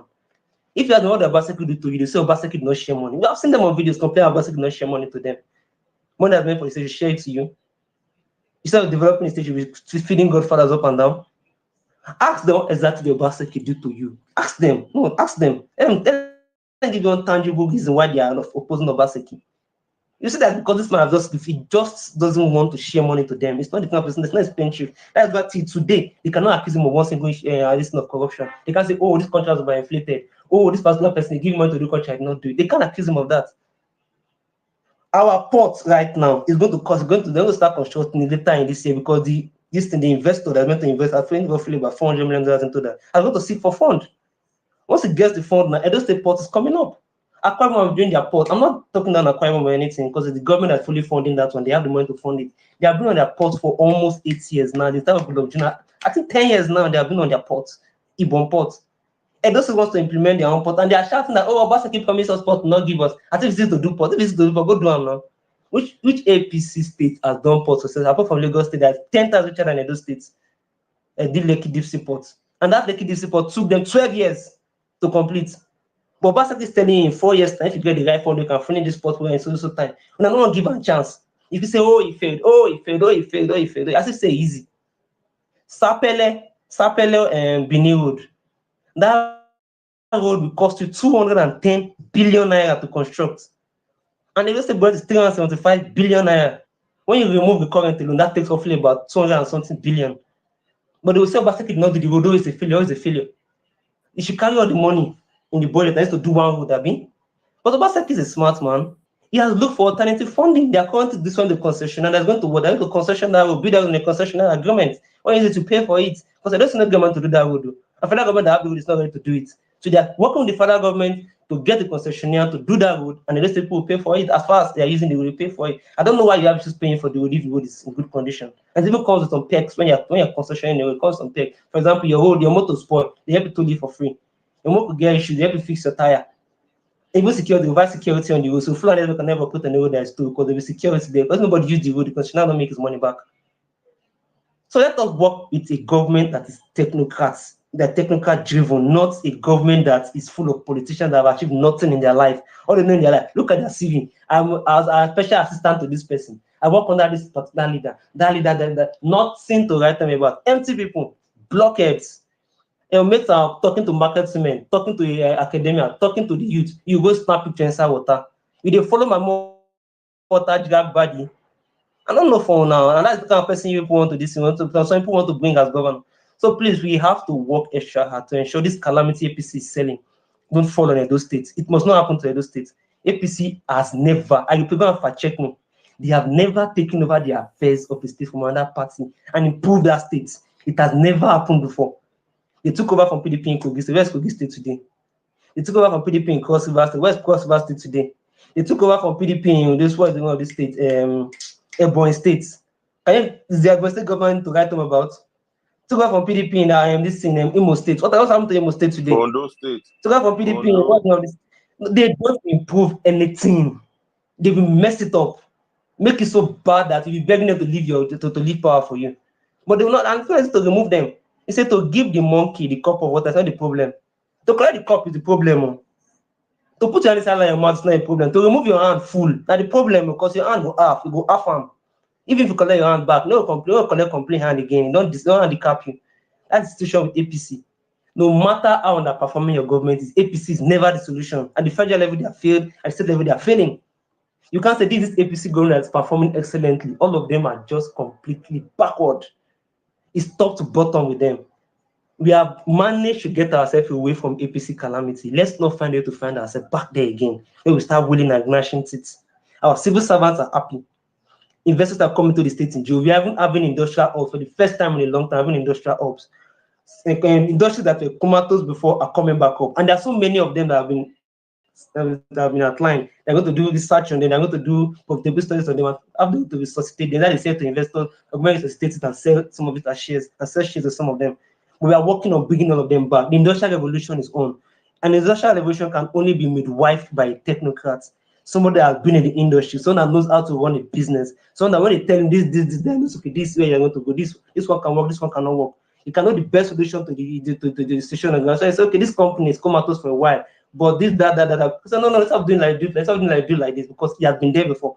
Not someone that does not know how to operate Facebook. Or no one is saying the dark age. This is 21st century. 10-year-old child is using iPhone 15. 10-year-old child using iPhone 15. This one doesn't know how to operate Facebook. It means the 10-year-old child is smarter than him. iPhone that I'm holding on my hand right now is smarter than that man. Smarter than him because iPhone knows how to what? Self-install. And iPhone can self-install even app for themselves, but this one does not even install. So please, Edo State are witnesses that days. We cannot go back there. We cannot go back there. Don't let anybody sell any rubbish to you about Edo State.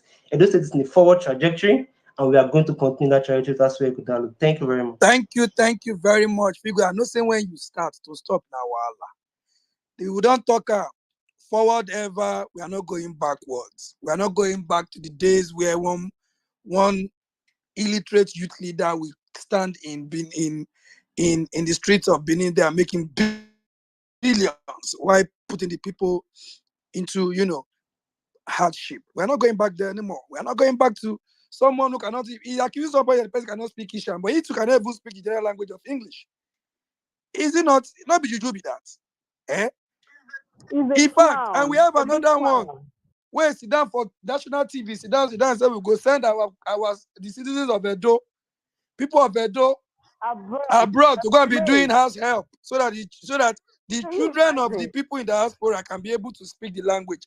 That one makes sense. That one makes sense.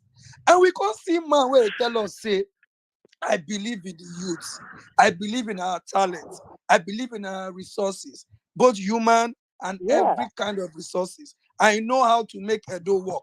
I will bring back the nightlife. I will bring back electricity. I will bring back everything. In man, they talk. He not be say he don't show capacity before for in private life. Not be saying just a talk story. Not be story. Everything is verifiable. Go on, they say go and verify. The man don't pay for business for over 30-something years. We know hear one story say in thief, in get one scam, in do one thing. They even come saying I start plan well. No, the man they tell them and say, I don't do that kind of plan well, but I they plan well where they make things happen for my private life. Honestly. The man too much. But before then, let's quickly go to Omo. Omo, you have 2 minutes this time because you've been speaking. Then we'll go to Ebube. Thank you very much. Okay, thank you once again for giving me the opportunity. I just want to add to the earlier submission I made. Can Asue Ighodalo do it? Again, I say yes. For the following reason. Number one, he has the competence, the character, and the capacity. Few days ago, I was in another space, and majority of those spaces were APC. I posited 3 questions before them. And after I asked that question, I asked those questions, there were complete silence for almost a minute plus. Nobody could respond. And I'm going to repeat it here. In line with the 3 survey, the character, competence, and capacity. The question I asked, the first one was, if you want to go and register your child in a school, and they have 2 mathematics teachers, one is Asue Ighodalo, and the other is Modokbeo, having studied their profile, I asked, who will you surrender your child to handle? The second question I asked, if you go to an airport, you want to travel to a destination, and then the airline you want to travel with, they introduce their 2 pilots. So one is Asue Ighodalo, the other one is Modokbeo. Who will you, or which aircraft will you fly? The third question, If you have an ailment that needs surgical operation, and you go to the consulting room, and they show you one Asue Ighodalo and the other one Monday, who will you allow to touch you with the surgical blade? And they were all quiet. The same question here. Asue Ighodalo is head and shoulder above Monday. In fact, I reminded them in that space that the highest thing I saw on Monday CV before he had that sympathy to go to the Senate was that he was the personal advisor to, or personal assistant to late Tony Aleni, which I'm even reading online that he won't stole from the man before the man died, and after he was fired. He was fired for corruption. Okay, so we have a candidate that is sellable, presentable, who is reliable, dependable, and the one that we'll be proud of as a citizen anywhere in the world he appear. Now, the other thing I want to add before I drop, Asue Ighodalo happened to come from my political world in Owohimi, from a community. Before this campaign started, just even before the primaries, there were this allusion, he cannot speak the language, he has no building in his village, and all the trash. As a young boy, I grew up to know Asue Ighodalo, especially the family. The father, for example, in 1983, he was an aspirant in the Unity Party of Nigeria, that Awolowo party. He contested to represent Agba Zero local government constituency 2, although he did not make it then. So there are people that are known in our community. Their village compound is well known. And in terms of community development, like somebody said earlier, he was the first person that wrote to late Bola Ige, who was the Minister of Power then. And when Ige died, he again wrote another letter to another one, late Agago. It was under the era of Agago that electricity came to Ewohim. That was year 2000, so many years ago. And I can tell you, because that light is routed through about three local governments before getting to Eastern Ewohim. Go through Ebele is in Ikwe local government, through Ekpon, to Ewosa, which are in Eastern Central, before it gets to our local government, which is Eastern North, Eastern Southeast. But I can tell you, Asue Ighodalo, just for the sake of that light getting to Ewohim, he's the one that maintained the line. The line. 2 weeks ago, I don't live in my community. I live somewhere in Port Harcourt. I asked question, what is happening? Because somebody went to one OSAF media, went and do interview in some remote community of Ewohim, which is shared online that there's no light in Ewohim and all that. So I reached out to people in my community, and they told me that was a damage control. He is an APC person. I just came to do that to blackmail the guy.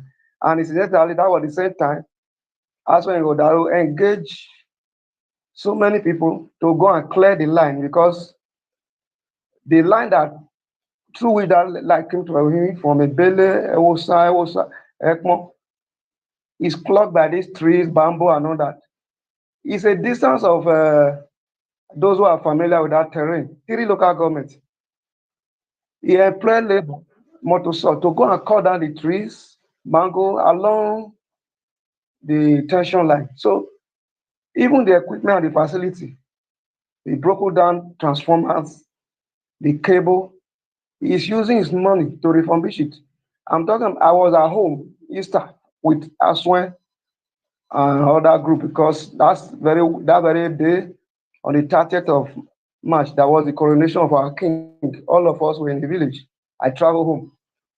So Asue have been a community-based person, even when you have not shown interest in politics as a private citizen. So coming to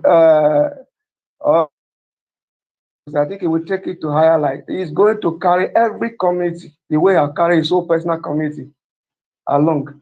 in the last 20 years or so. So I appreciate all of you because the way all of us are carrying this matter, nobody is talking of physician, his baby, his alpha. We are all talking of quality here, capacity, experience. I want Aswe Ighodalo to be in the league of governors or leaders from Africa, like the president of Rwanda. When they speak, the whole world listen.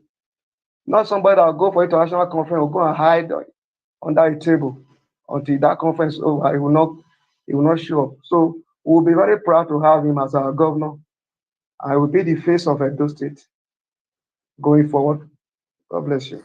Thank you very much, Mr. Omo. In fact, you went back to the village, came back to the city, and everything.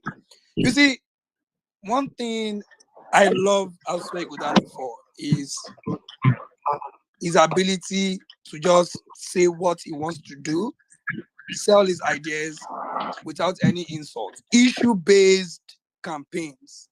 That's what he's doing. Period. You know, Period. he's so straightforward, and he's somebody that will tell you, please do not insult anybody.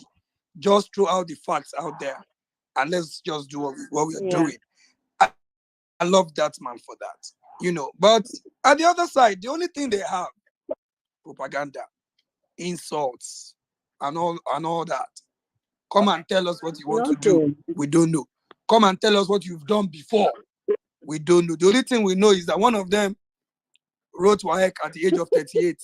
The other one was an MBA chairman, but he could not even organize a convention. They broke chair for their head for there. But then we would not overlook all that. We will just, keep selling our candidate and our principal. We have a good market. In fact, check the Jumbotron. You see our market women, they dance every day. As these costs reach, the only thing that makes them happy is seeing Asue Ighodalo or anybody in that market wearing Asue Ighodalo space cap or the t-shirts or anything. The women will just be happy because they don't say. Yeah, but let me tell you something. To know Asue Ighodalo is to love him. You can't experience him without loving him. And when you love him, the next thing is for you to support and root for him. That's the truth. I'm telling you, my you sister. Can't experience without loving him. The guy is just too good. Yes, so I'm gonna give a shout out here to my boss, my leader, Oga Good Luck himself. I hear you, I see you, I see you. But before we come to you, let me quickly go to Decent. Decent has been here for a while. Decent, are you still there? Decent, are you there?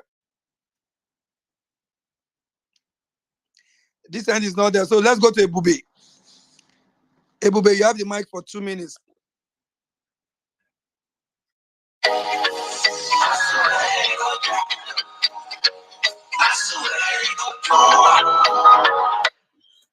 Hello, everyone. I'm glad to be back on the mic. We are talking about, can Asue Ighodalo do it? Can he do what exactly? We are talking about, can he serve the people of Edo efficiently and effectively? And before you serve a people, or before you attend to the needs and the problems of a people, you have to first of all know what their needs are. There's something Asue Ighodalo is doing in this campaign season, which is very, very unique and significant. I would like to borrow the word of Feel Good, who said that unlike some other candidates that are keeping malice with Edo people, Asue Ighodalo is one candidate that is traversing the nooks and crannies of the state, engaging with the people, having town hall meetings with the people. There is no other way you can know or you can have a clear understanding of the specific needs of the people if you don't engage them. if you don't talk with them. This is one thing that Asue Ighodalo is doing. And by so doing,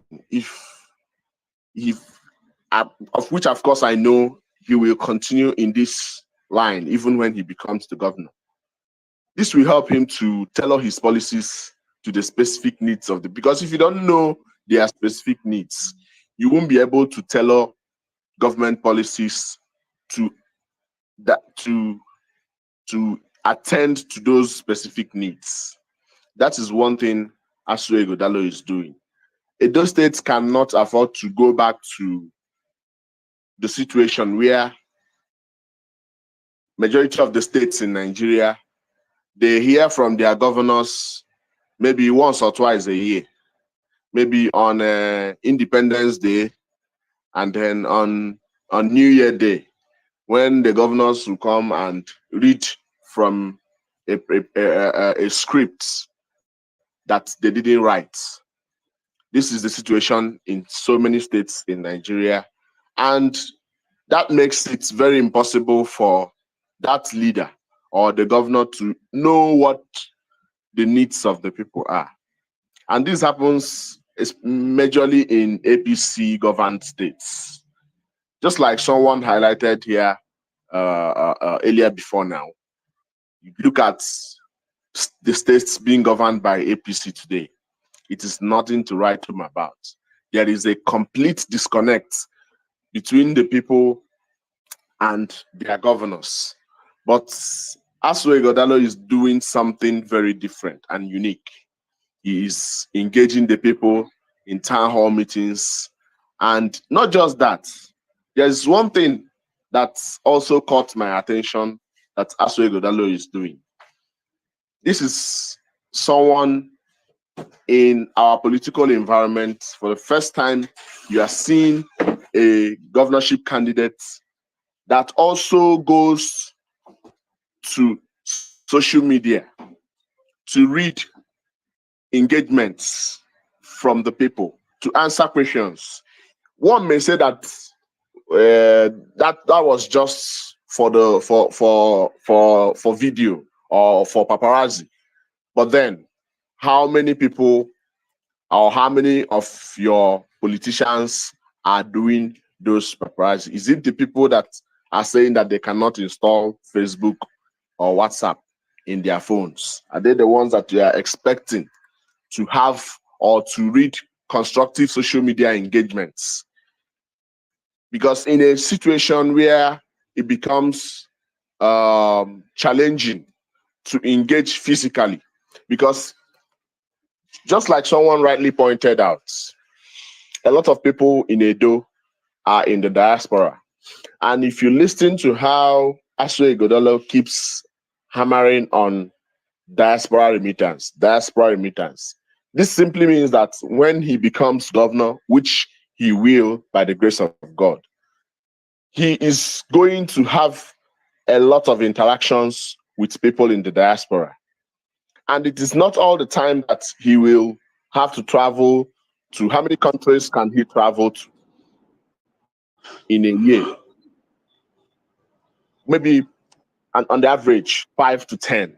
But with social media, he can be able to, or the internet at large, he can be able to communicate and interact with people no matter where they are. These are some of the qualities that Asue Ighodalo is bringing on board that the other guys do not have.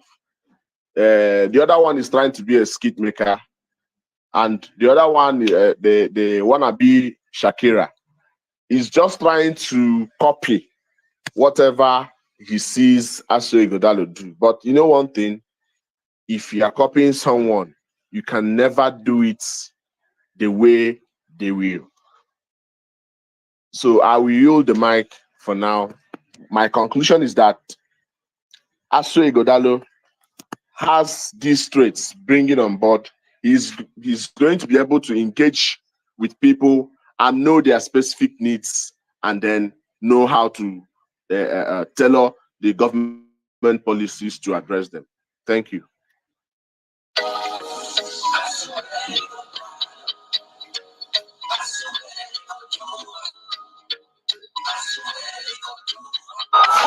Asue go give for governor 2024. He go do am. Thank you very much, Ebube. That's a good submission. So let's go to Professor Elvis. After Professor Elvis, we go straight to good luck. Thank you. Okay. Good. So good evening, everybody. Hello, everybody. Good evening. Hello. Please, can anybody hear me? Yeah, I can hear you. Yeah, we can hear you. Go ahead. Good evening. I really appreciate this space. It's actually enlightening. And at some point, I came on and I went off. I really want to appreciate the speakers. They've actually done justice to the topic. Can Asue Ighodalo do it?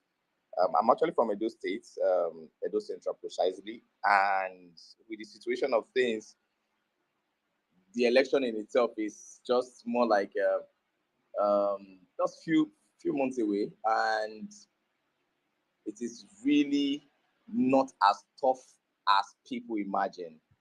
Now, so many people are just going to be, they're just going to bank on this propaganda of, okay, the APC are coming up with the federal minds. They want to come, muzzle Edo State. They want to win Edo State.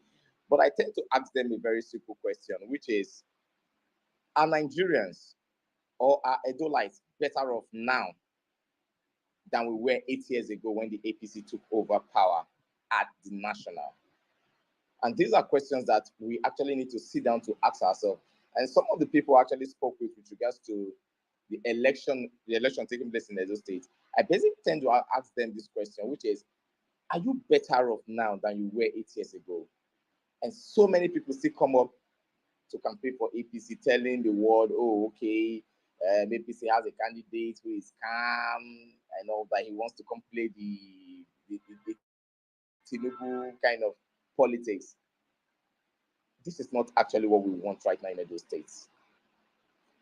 I feel at this age and time, we should all understand that politics goes beyond just sitting in a particular location, trying to muzzle your way or trying to, venture into a system that has actually given a whole lot to the society. Now it is time for us to sit down to look for people who would actually make do with what we have in Edo State to better the lot of Edolites. And this is where Dr. Asue Ighodalo comes into play. Now, ordinarily, I would have actually loved to go with people that, in quotes, they feel, okay, they are homeboys in the state. But I do understand the fact that competence is key, not even popularity at this point.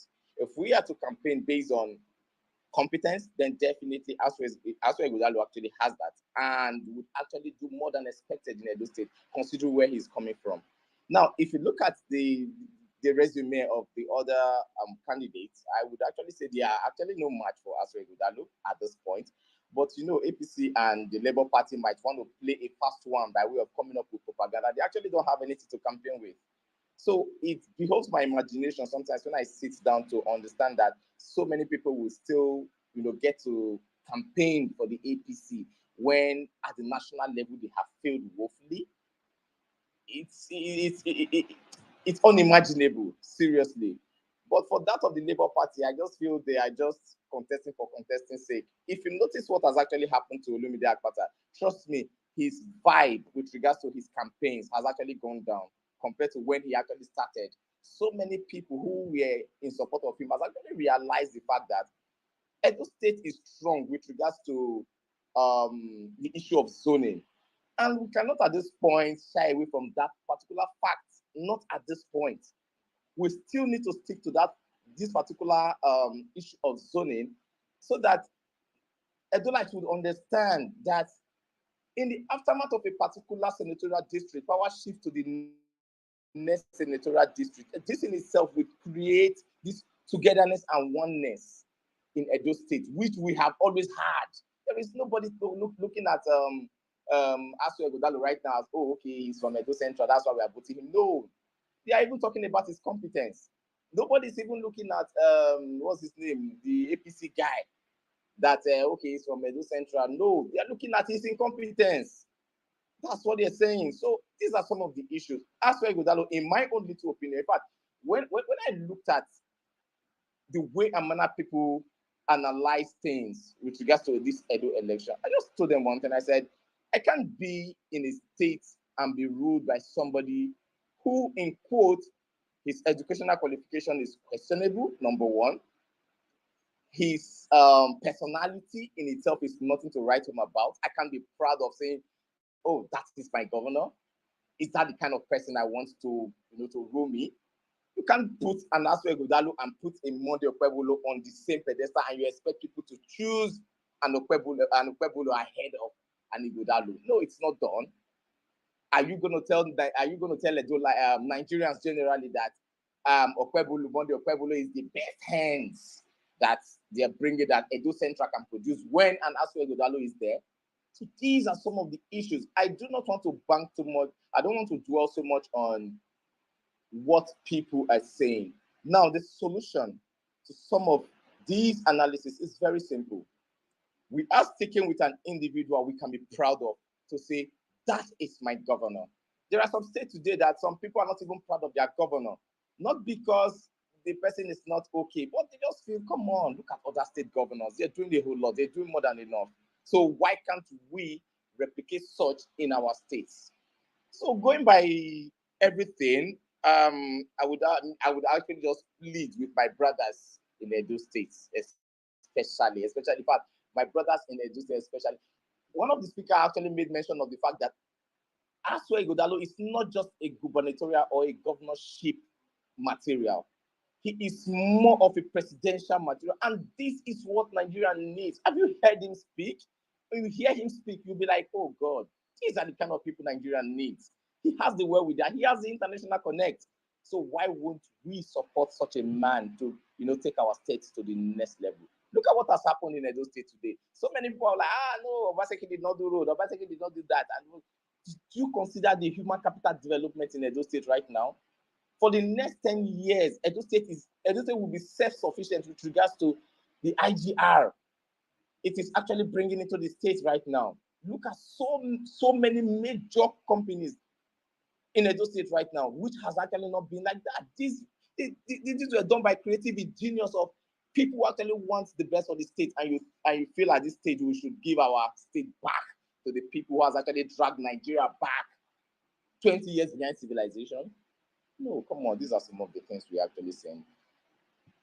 I am actually sorry to bore us. I am actually going to stand my ground, and I would not only stand on the principle of equity and justice and fairness, I would also stand on the principle of competence and presentability. Presentability in the sense that I can look at a particular individual to say, yes, that is my governor. An individual who, even at the national level, they would actually crave for his advice on basic issues. Look at when Obaseki actually said something some years ago with regards to Nigeria printing in more dollars, the Buhari regime printing in more naira to actually fund projects, pay salaries and all that. He actually preempted the fact that time would come when our naira will no longer have value. But look at it today. And nobody's saying anything about it. And so people are still coming to Edo State to say they want to campaign for APC. Are they okay? So I would actually just hear the mic right now so that we would actually look at it from this side of the divide. Thank you. Thank you very much, Professor Elvis. That was a good submission. And in fact, I've heard a lot today about my principal, our next governor, Asue Ighodalo. Yeah, I'm going to move the mic now to Oga Goodluck himself. This man, when he start, now firepower. One of the firepowers that we get for Edo South. This man, it's too much. My leader, fire on, sir. Mauga, you like to set me up, eh? And when I see everybody here, everyone here, you all are my leaders, you are my bosses, eh? Me, I just be one small boy from one village from Oluku, via Northeast local government. So when I see the eminent personalities here, starting from Oloye himself, the lawyer, you Odogu, see Mike, see Good luck, no dey hear you. Can speak louder, see speak God louder. now, see speak louder. Okay, you can hear me better now. A bit better. A bit better. Okay. Near your phone now, near your phone, guy, near your phone. I dey near my phone. I know say you you go won't tackle me. You don't know say they don't use my strength finish this. So I want to thank every one of you. And like I said, I'm just a small boy from Oluku village. And when I look at the people here right now speaking and those in the listener session, I think I am proud to say that I have good bosses and leaders. I see the great man there, Ogwagu Tony. I'm sorry if I cannot pronounce your name very well. You are doing well on Wiki. I think I give that to you, you and Ima. So it is good the way you are bullying Wiki. I'm enjoying it. So when I see only Michael, I see distinguished Professor Elvis, all of you, I feel good. Every other person here, you all are my bosses, and I am glad I have you. Captain Omo, thank you so much. Dokun, the brilliant Dokun, thank you all very much. Kenneth, everyone. You see, ordinarily, this election would have been closed by now if we want to be sincere. But it is normal because we're in an election cycle. People want to fulfill all righteousness, to participate in a process, to see the final end. But from what we are seeing, from what is on ground, I can tell us that, the only candidate in Edo State right now is Asue Ighodalo. The only candidate that is meeting everyone is Asue Ighodalo. The only candidate that is mobile, that Edo people can see, whether online or offline, is Asue Ighodalo. Edo State is so strategic, whether in terms of election, in terms of humans, and whatever. We are just so unique. And this election happens to be an off-cycle election. And when you look at the heating of the polity, that is going on regarding this election, that tells you how important this state is. We are such a people that we are just so bold, fearless, and then we are so courageous in taking decisions for ourselves. And what that also translates to is that, for you to wake up and say you want to govern Edo, you must be a serious person. You must be somebody that we can easily vouch for. Then you must be someone who has that brain, the mental capacity, to actually deal with Edo people. Because if not for the fact that Governor Basiki has that mental capacity, he has that will, this opposition we have in Edo State would have run him aground. But he stood, he was still able to bring the development he had for Edo State. We don't need to debate certain things.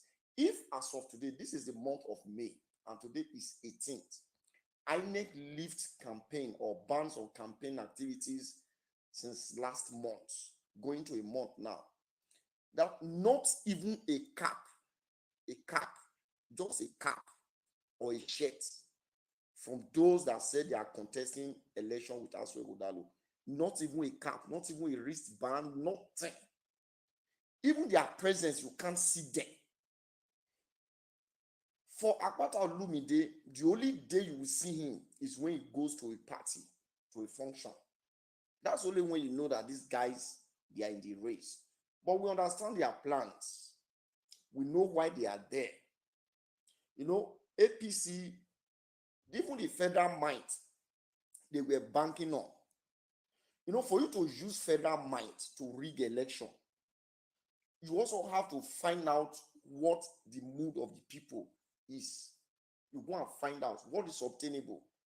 If we attempt to rig the election, what is the mood of the people? Can we successfully rig this? And history has it that you can't rig election in this state. It's as simple as that. In 2020, for example, there is a word in a God where some people came out to go and unleash violence on the people. There was balance of power. I am very sure you all understand what I'm talking about. You want to steal, you meet an equal power that says you cannot steal. So what's the essence? You are here for a result. I am here for a result. If you destroy this and many things, other things happen. So what are you going to say? Let the will of the people prevail. So it is as tough as that. You are bringing a candidate who cannot even identify himself to the people he wants to govern. That is an error. There are things we should not be talking about in this century. Because for a society to move forward, the party or those involved must bring out their best.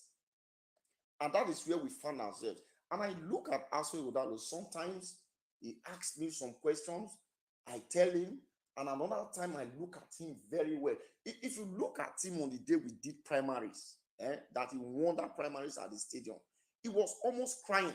There was a time he held his head. There was a time he held himself. He was just gazing at a particular position. He was already thinking of, what, in fact, a lot of solutions, what he's going to do for a good state. And as of today, if you want to make him angry, just tell him, oh, just bring anything that is not in line with his agenda. So that is how this man has prepared. Everything. You know, he has worked with Governor Obaseki for a very long time. When he was giving analysis of the developmental stride of Edo, when he was naming some places in Edo State yesterday at a function, people were looking at this man. Is it not this man that is said that does not know Edo State, does not understand Edo State? So what we are trying to see here is that we have a product that can market itself ordinarily. You know, with the way things are now, Asue, it not really need to be going about campaigning. But because the man believes that he must not fail, despite whatever is available, he needs to move and talk with the people. A workaholic. He doesn't just go to bed and say, I want to go and sleep. No. It's when we come, we sit down, and you see sometimes he falls asleep. And then he wakes up, we move again. So the man is just so energetic, he's workaholic. He still say we need to meet people, we need to meet people, we need to meet people, we need to tell them. So that's exactly what is driving us. And at every point, he has what to say. He knows what to say. There is no facet, there is no category of human beings we have not met. There's no category of people that have not questioned him. That is where the conviction is even coming from. You know, there is a difference between I want to do something and how will you do it? They do not ask a question, have you done this before? Where are you coming from? So these are some of the features that honorably have distinguished Asue Ighodalo. We don't need any other thing. The only person that is kind of, I can say it's a bit close, is Akpata Olumide. But that man has been so, I don't want to use the word reckless, because he was just banking on the influence of Peter Obi and nothing more. But that cannot prevail in Edo State. Because the fact that Edo State people decided to follow Obi does not mean that Obi can just bring a goat on Edo State and they are going to support him. It will not work. And which is why you see that out of the 24 House of Assembly members we have in Edo State, Labour Party could only manage to scrap one out of 24. That is to tell you, it's not about personality or who is raising who is raising who. If not, Asue could have waited for Governor Obaseki to take him around Edo State. But instead, you can see it. All his movement has nothing to do with the governor so far. It's not that the governor does not have influence. He does not have a role to play. But this is a man who believes that he needs to work hard personally to achieve success. So those other persons, we've told them at some point in time, we'll be bringing them out those that want to come out for a debate, they will come out. Those that also want to come out, they should remain. But Edo State, Edo people will not fall for political vegetables. The way they went to smuggle Buhari from his analog age to come and govern Nigeria in a digital age, only to put Nigeria into recession and depression, that we can't even survive from today. They now brought another analog man, Tinubu. So if you look at the system, we don't want such thing in Edo State. We want to be able to sustain the structure that is on ground. And what are those structures? In the past 7 years, you have never seen Edo State workers protesting on the streets for non-payment of salary. Instead, we've had increment in salary, minimum wage. We've had increment in remuneration. We've had increment. In fact, to make sure that no one is left behind, the pension law about 1970 something, 1976 was implemented. So even all the local government pensioners, they were captured for them to be paid. So there is no how you can tell an average Edo man, a sane Edo character, that somebody like Okpewolo should take over from Obaseki. Is a misnomer. In fact, honorably, people should be stoned for saying that. Because we will go back to the days where the lions and the tigers, they beat our market women, they beat the Okada riders, they virtually beat everybody to collect money from them, and a stark illiterate celebrating billions of naira in a state where graduates do not have job there. It cannot work.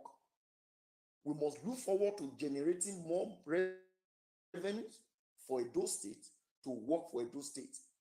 We always say it, that the federal allocation and the IGR of Edo State combined together is not even more than, it's not up to 20 billion. And if you rake the salary of the workers, the civil servant, then the pensioners and all of the appointees, you'll be left with about 8 billion. So in this climb, you want to build a standard road. 8 billion can only build you 8 kilometers of road. So you need someone who is foresight, who is clear-headed, to do the similar thing, and even more than what Governor Obaseki has done. Because you look at the IGR of Edo State, when Governor Obaseki came, it has now increased by over 140%. These are facts. So it takes a serious thinking to actually achieve this. So Asue Ighodalo is coming from an enviable background, you know, a background that is full of visible achievements, whether from the private, the corporate, or the public sectors where it's coming from. So that is what we have on ground. And the gimmick the APC wants to use to, you know, to divert the attention of the Edo people is that they are attempting falsehoods, lies, and all those cacophony, you know, something that are not relevant. You know, of recently, they attempted to bring our monarch into this. And that is where, I don't know how both the Labour Party and the APC got an alignment in that spurious narrative, but everything is dying down now because the thing is giving them a negative feedback, and it's even giving them the consequences. You know, when you want to use falsehood to deceive the people and they get to know it, is going to be a serious problem for you. And that is what they are facing now. As of today, you know, sometimes at some point in time, some of us in the PDP, we also have friends in the APC. Sometimes we attempt to interact with ourselves just to bully ourselves. Most of them have confirmed that they don't have a candidate. There's no how they can market him. What do you want them to say about him? There is nothing. All they will tell you that is an ICT expert or IT expert. An IT expert that cannot or that could not install Facebook in his phone in this century, a city senator. Haba. We're not done like that for Edo State now. That kind of person has no place in terms of leadership. Asue is complete, even in family life, in terms of family management. He's the only candidate that can boast of it. The others, we don't know what is happening to them. I'm not mocking anybody, but we are looking at how someone is better qualified in all ramifications than the others. So we thank all of you, your support, what you are doing, your promotion individually and as a group. We appreciate. We will not let you down, especially those of you that are not in Edo State. We will not let you down. We'll continue talking to the people as they are getting more convinced. Every Wednesday, we go to the market. Something happened this last Wednesday. We went to New Benin Market, a very popular market in Oredo. So as we are canvassing, giving people awareness, a particular woman came out and said, no, I don't have trust in the system again. I will never vote again because their votes in the last election did not count. So we took time to educate this woman, letting her know that it was not Edo State vote that didn't make Obi the president, because Edo State vote counted. If it wasn't counted or if it did not count, Obi would not have emerged a winner in Edo State. So it was leading to a kind of debate. And then when we got home, I think Tony discussed it with AI. Do you know what he said that night? He said, where's the woman? Let's go and meet her now. Let's go and meet that woman now. But it was late. The market would have closed by then. The following day, he woke everyone up and said, we are going to meet this woman. Lo and behold, yesterday, we drove to go and meet this woman. For 30 minutes, she was in a serious engagement with AI. So that is to tell you, until she got convinced, that's to tell you the level of person we are dealing with. The person who is ready to listen to the people. I don't know, most of the time, wherever we go to, is usually with paper and pen. Sometimes, in order to get a serious attention, we close his eyes and we're looking up, just to be able to digest what we are saying. So I think these are the things, people that have the mental capacity, they have the thinking capacity. These are the people we want to govern Edo State. Akpakomiza has nothing. Nothing. The running mate is parading, was sacked for fraud as a commissioner by Adams Ali Oshomole when he was a governor. So when you look at it from left to right, if you look at the both of them, you cannot vouch for anything called integrity, whether integrity or competence relating to them, nothing whatsoever. So we have the better candidate. We have a better product. Now, Akpata Olumide was strategically positioned. When he now saw that he has lost the support of the obedience in Edo State, he started fronting tribal narrative against Asue Ighodalo. Now, Akpata is from Oredo as Obaseki. They are both cousins. You can't see him anywhere campaigning. But we are even saying that, look, you should at least hold the part of equity, fairness, and justice. Because for you to even become an NBA president, it was zoned to the Midwestern region. It was zoned. So where are you coming from today? And beyond that, let's even take away the issue of zoning. There is no one that is close to being qualified as Asue Ighodalo.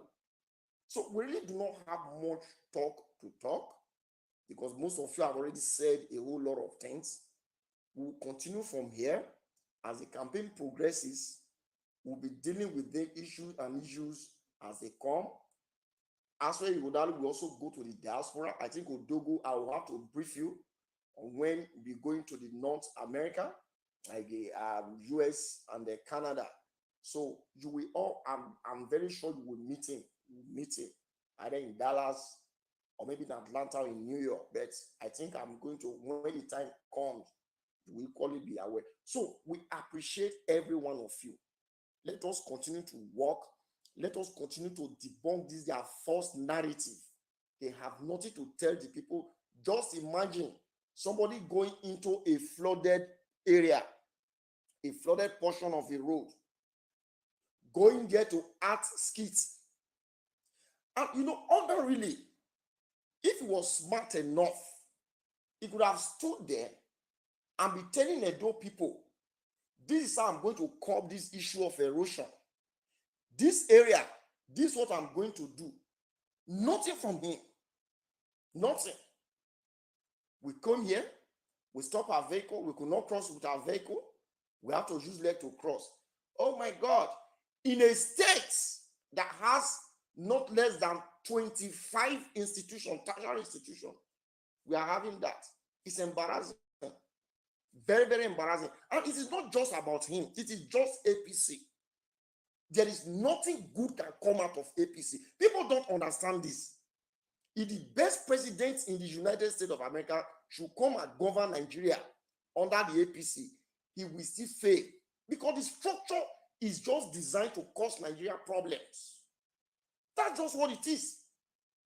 As disastrous as Buhari was, today, what is Tinubu doing? So this is how we measure the quality of people and the political structure they are operating on. It is just an APC thing. Even as of today, those that were deceived by the wave of Obi to elect Senator Ned Emerson, who did not even leave his local government, his ward, to campaign. He was just a PA to the immediate past senator, who is now the Director General of APC campaign, Senator Martin Roide. That man is even as docile as Modokwe Olo. Since 1999, I have never seen a docile senator from a docile senatorial district. And these were some of the mistakes of the obedient or obey ways. We cannot repeat that. It will not happen. We know ourselves very well. We will not repeat it again. Thank you all very much. I don't want to bore us more than this. I will just yield the mic. Thank you all very much once again, and have a good evening.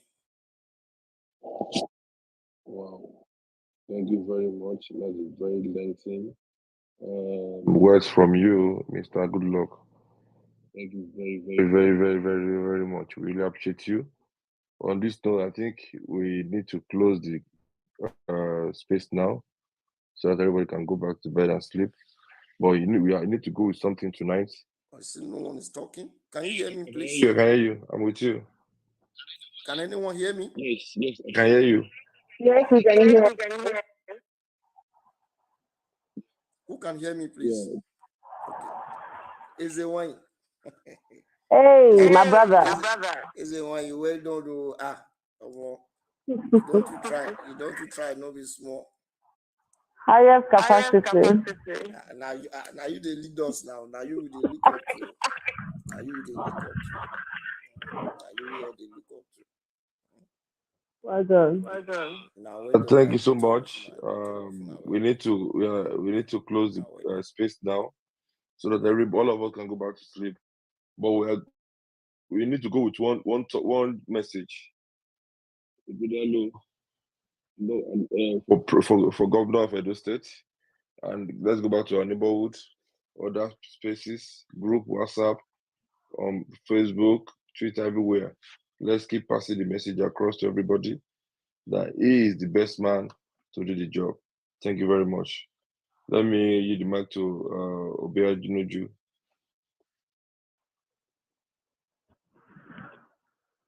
Thank you, everyone, for coming on this spaces. All I want to say is that we have to go back, just like Bolanle said. We have to keep telling people that we have the best candidates, and that's a fact. We have to keep telling them, and we have to keep showing them working. We have to keep letting them know that for as long as Edo is concerned, we don't want mediators. We want someone who is competent. We want someone who has the capacity. So beyond justice, equity, and fairness, we have someone who can deliver, who has been verified, whose antecedents are verifiable. We have the best candidate currently. So we shouldn't let other people lead the narrative. Okay? So this is what I have for everybody. Go out there, um, spread the gospel of Asue Ighodalo, because when you have a good candidate, you just have to plant it. So thank you for coming on the spaces. I don't know if Odogu has the last word before we go.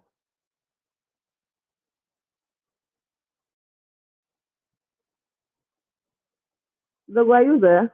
Baby is not here. Next word. Thank you very much. You have to go now. Bye. Okay, guys. Thank All right, you. You guys. all are awesome. Odogu, where are you about going? Yeah, no, I dey do my hair now, cause I'm no vex. This man. Okay, give them the last word before we leave. We're about going. Your last word. Yeah. What do you have? Okay. All I have to say is we don't know who we sell now. The only thing I will talk be say he go do am and he will do it, and we will all be happy that we have someone that we want and we know he has a capacity to govern the state called Edo, which is the more or less the only, I want to say, is the only border state in the center of Nigeria today. But I will not say much about the transport and logistics sector, which he's always hammering about. I won't say it today because of time, but next time we'll talk about that. It is all about AI. Asue Ighodalo, the man with Sabi, and you go do what? He go do You guys, good night. Have a lovely weekend. Bye. Good night, guys.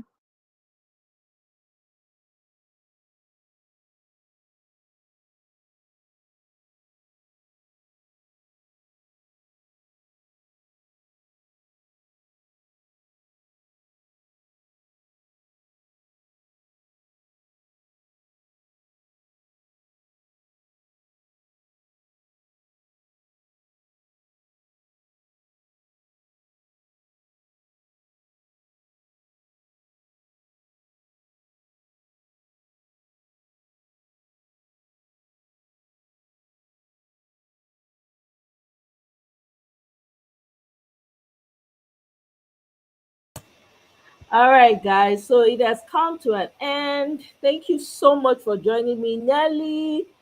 Glad to have you come by. Thank you for stopping by. Happy Saturday to you. It's been a minute. Femi, greetings to you. Thank you all for joining me. OJ Moa, thank you so much. I'll see you guys on my next one, though.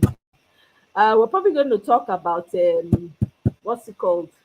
We're going to talk about PDD tomorrow. We'll talk about them. When I will bring the story to me, I will bring you the one me don't read so far. But anyway, I'll let you guys know. Thank you. Please don't forget to share, subscribe, like, and click on the notification bell so that you get notified once I schedule a live. So I'll see you on my next one. Bye.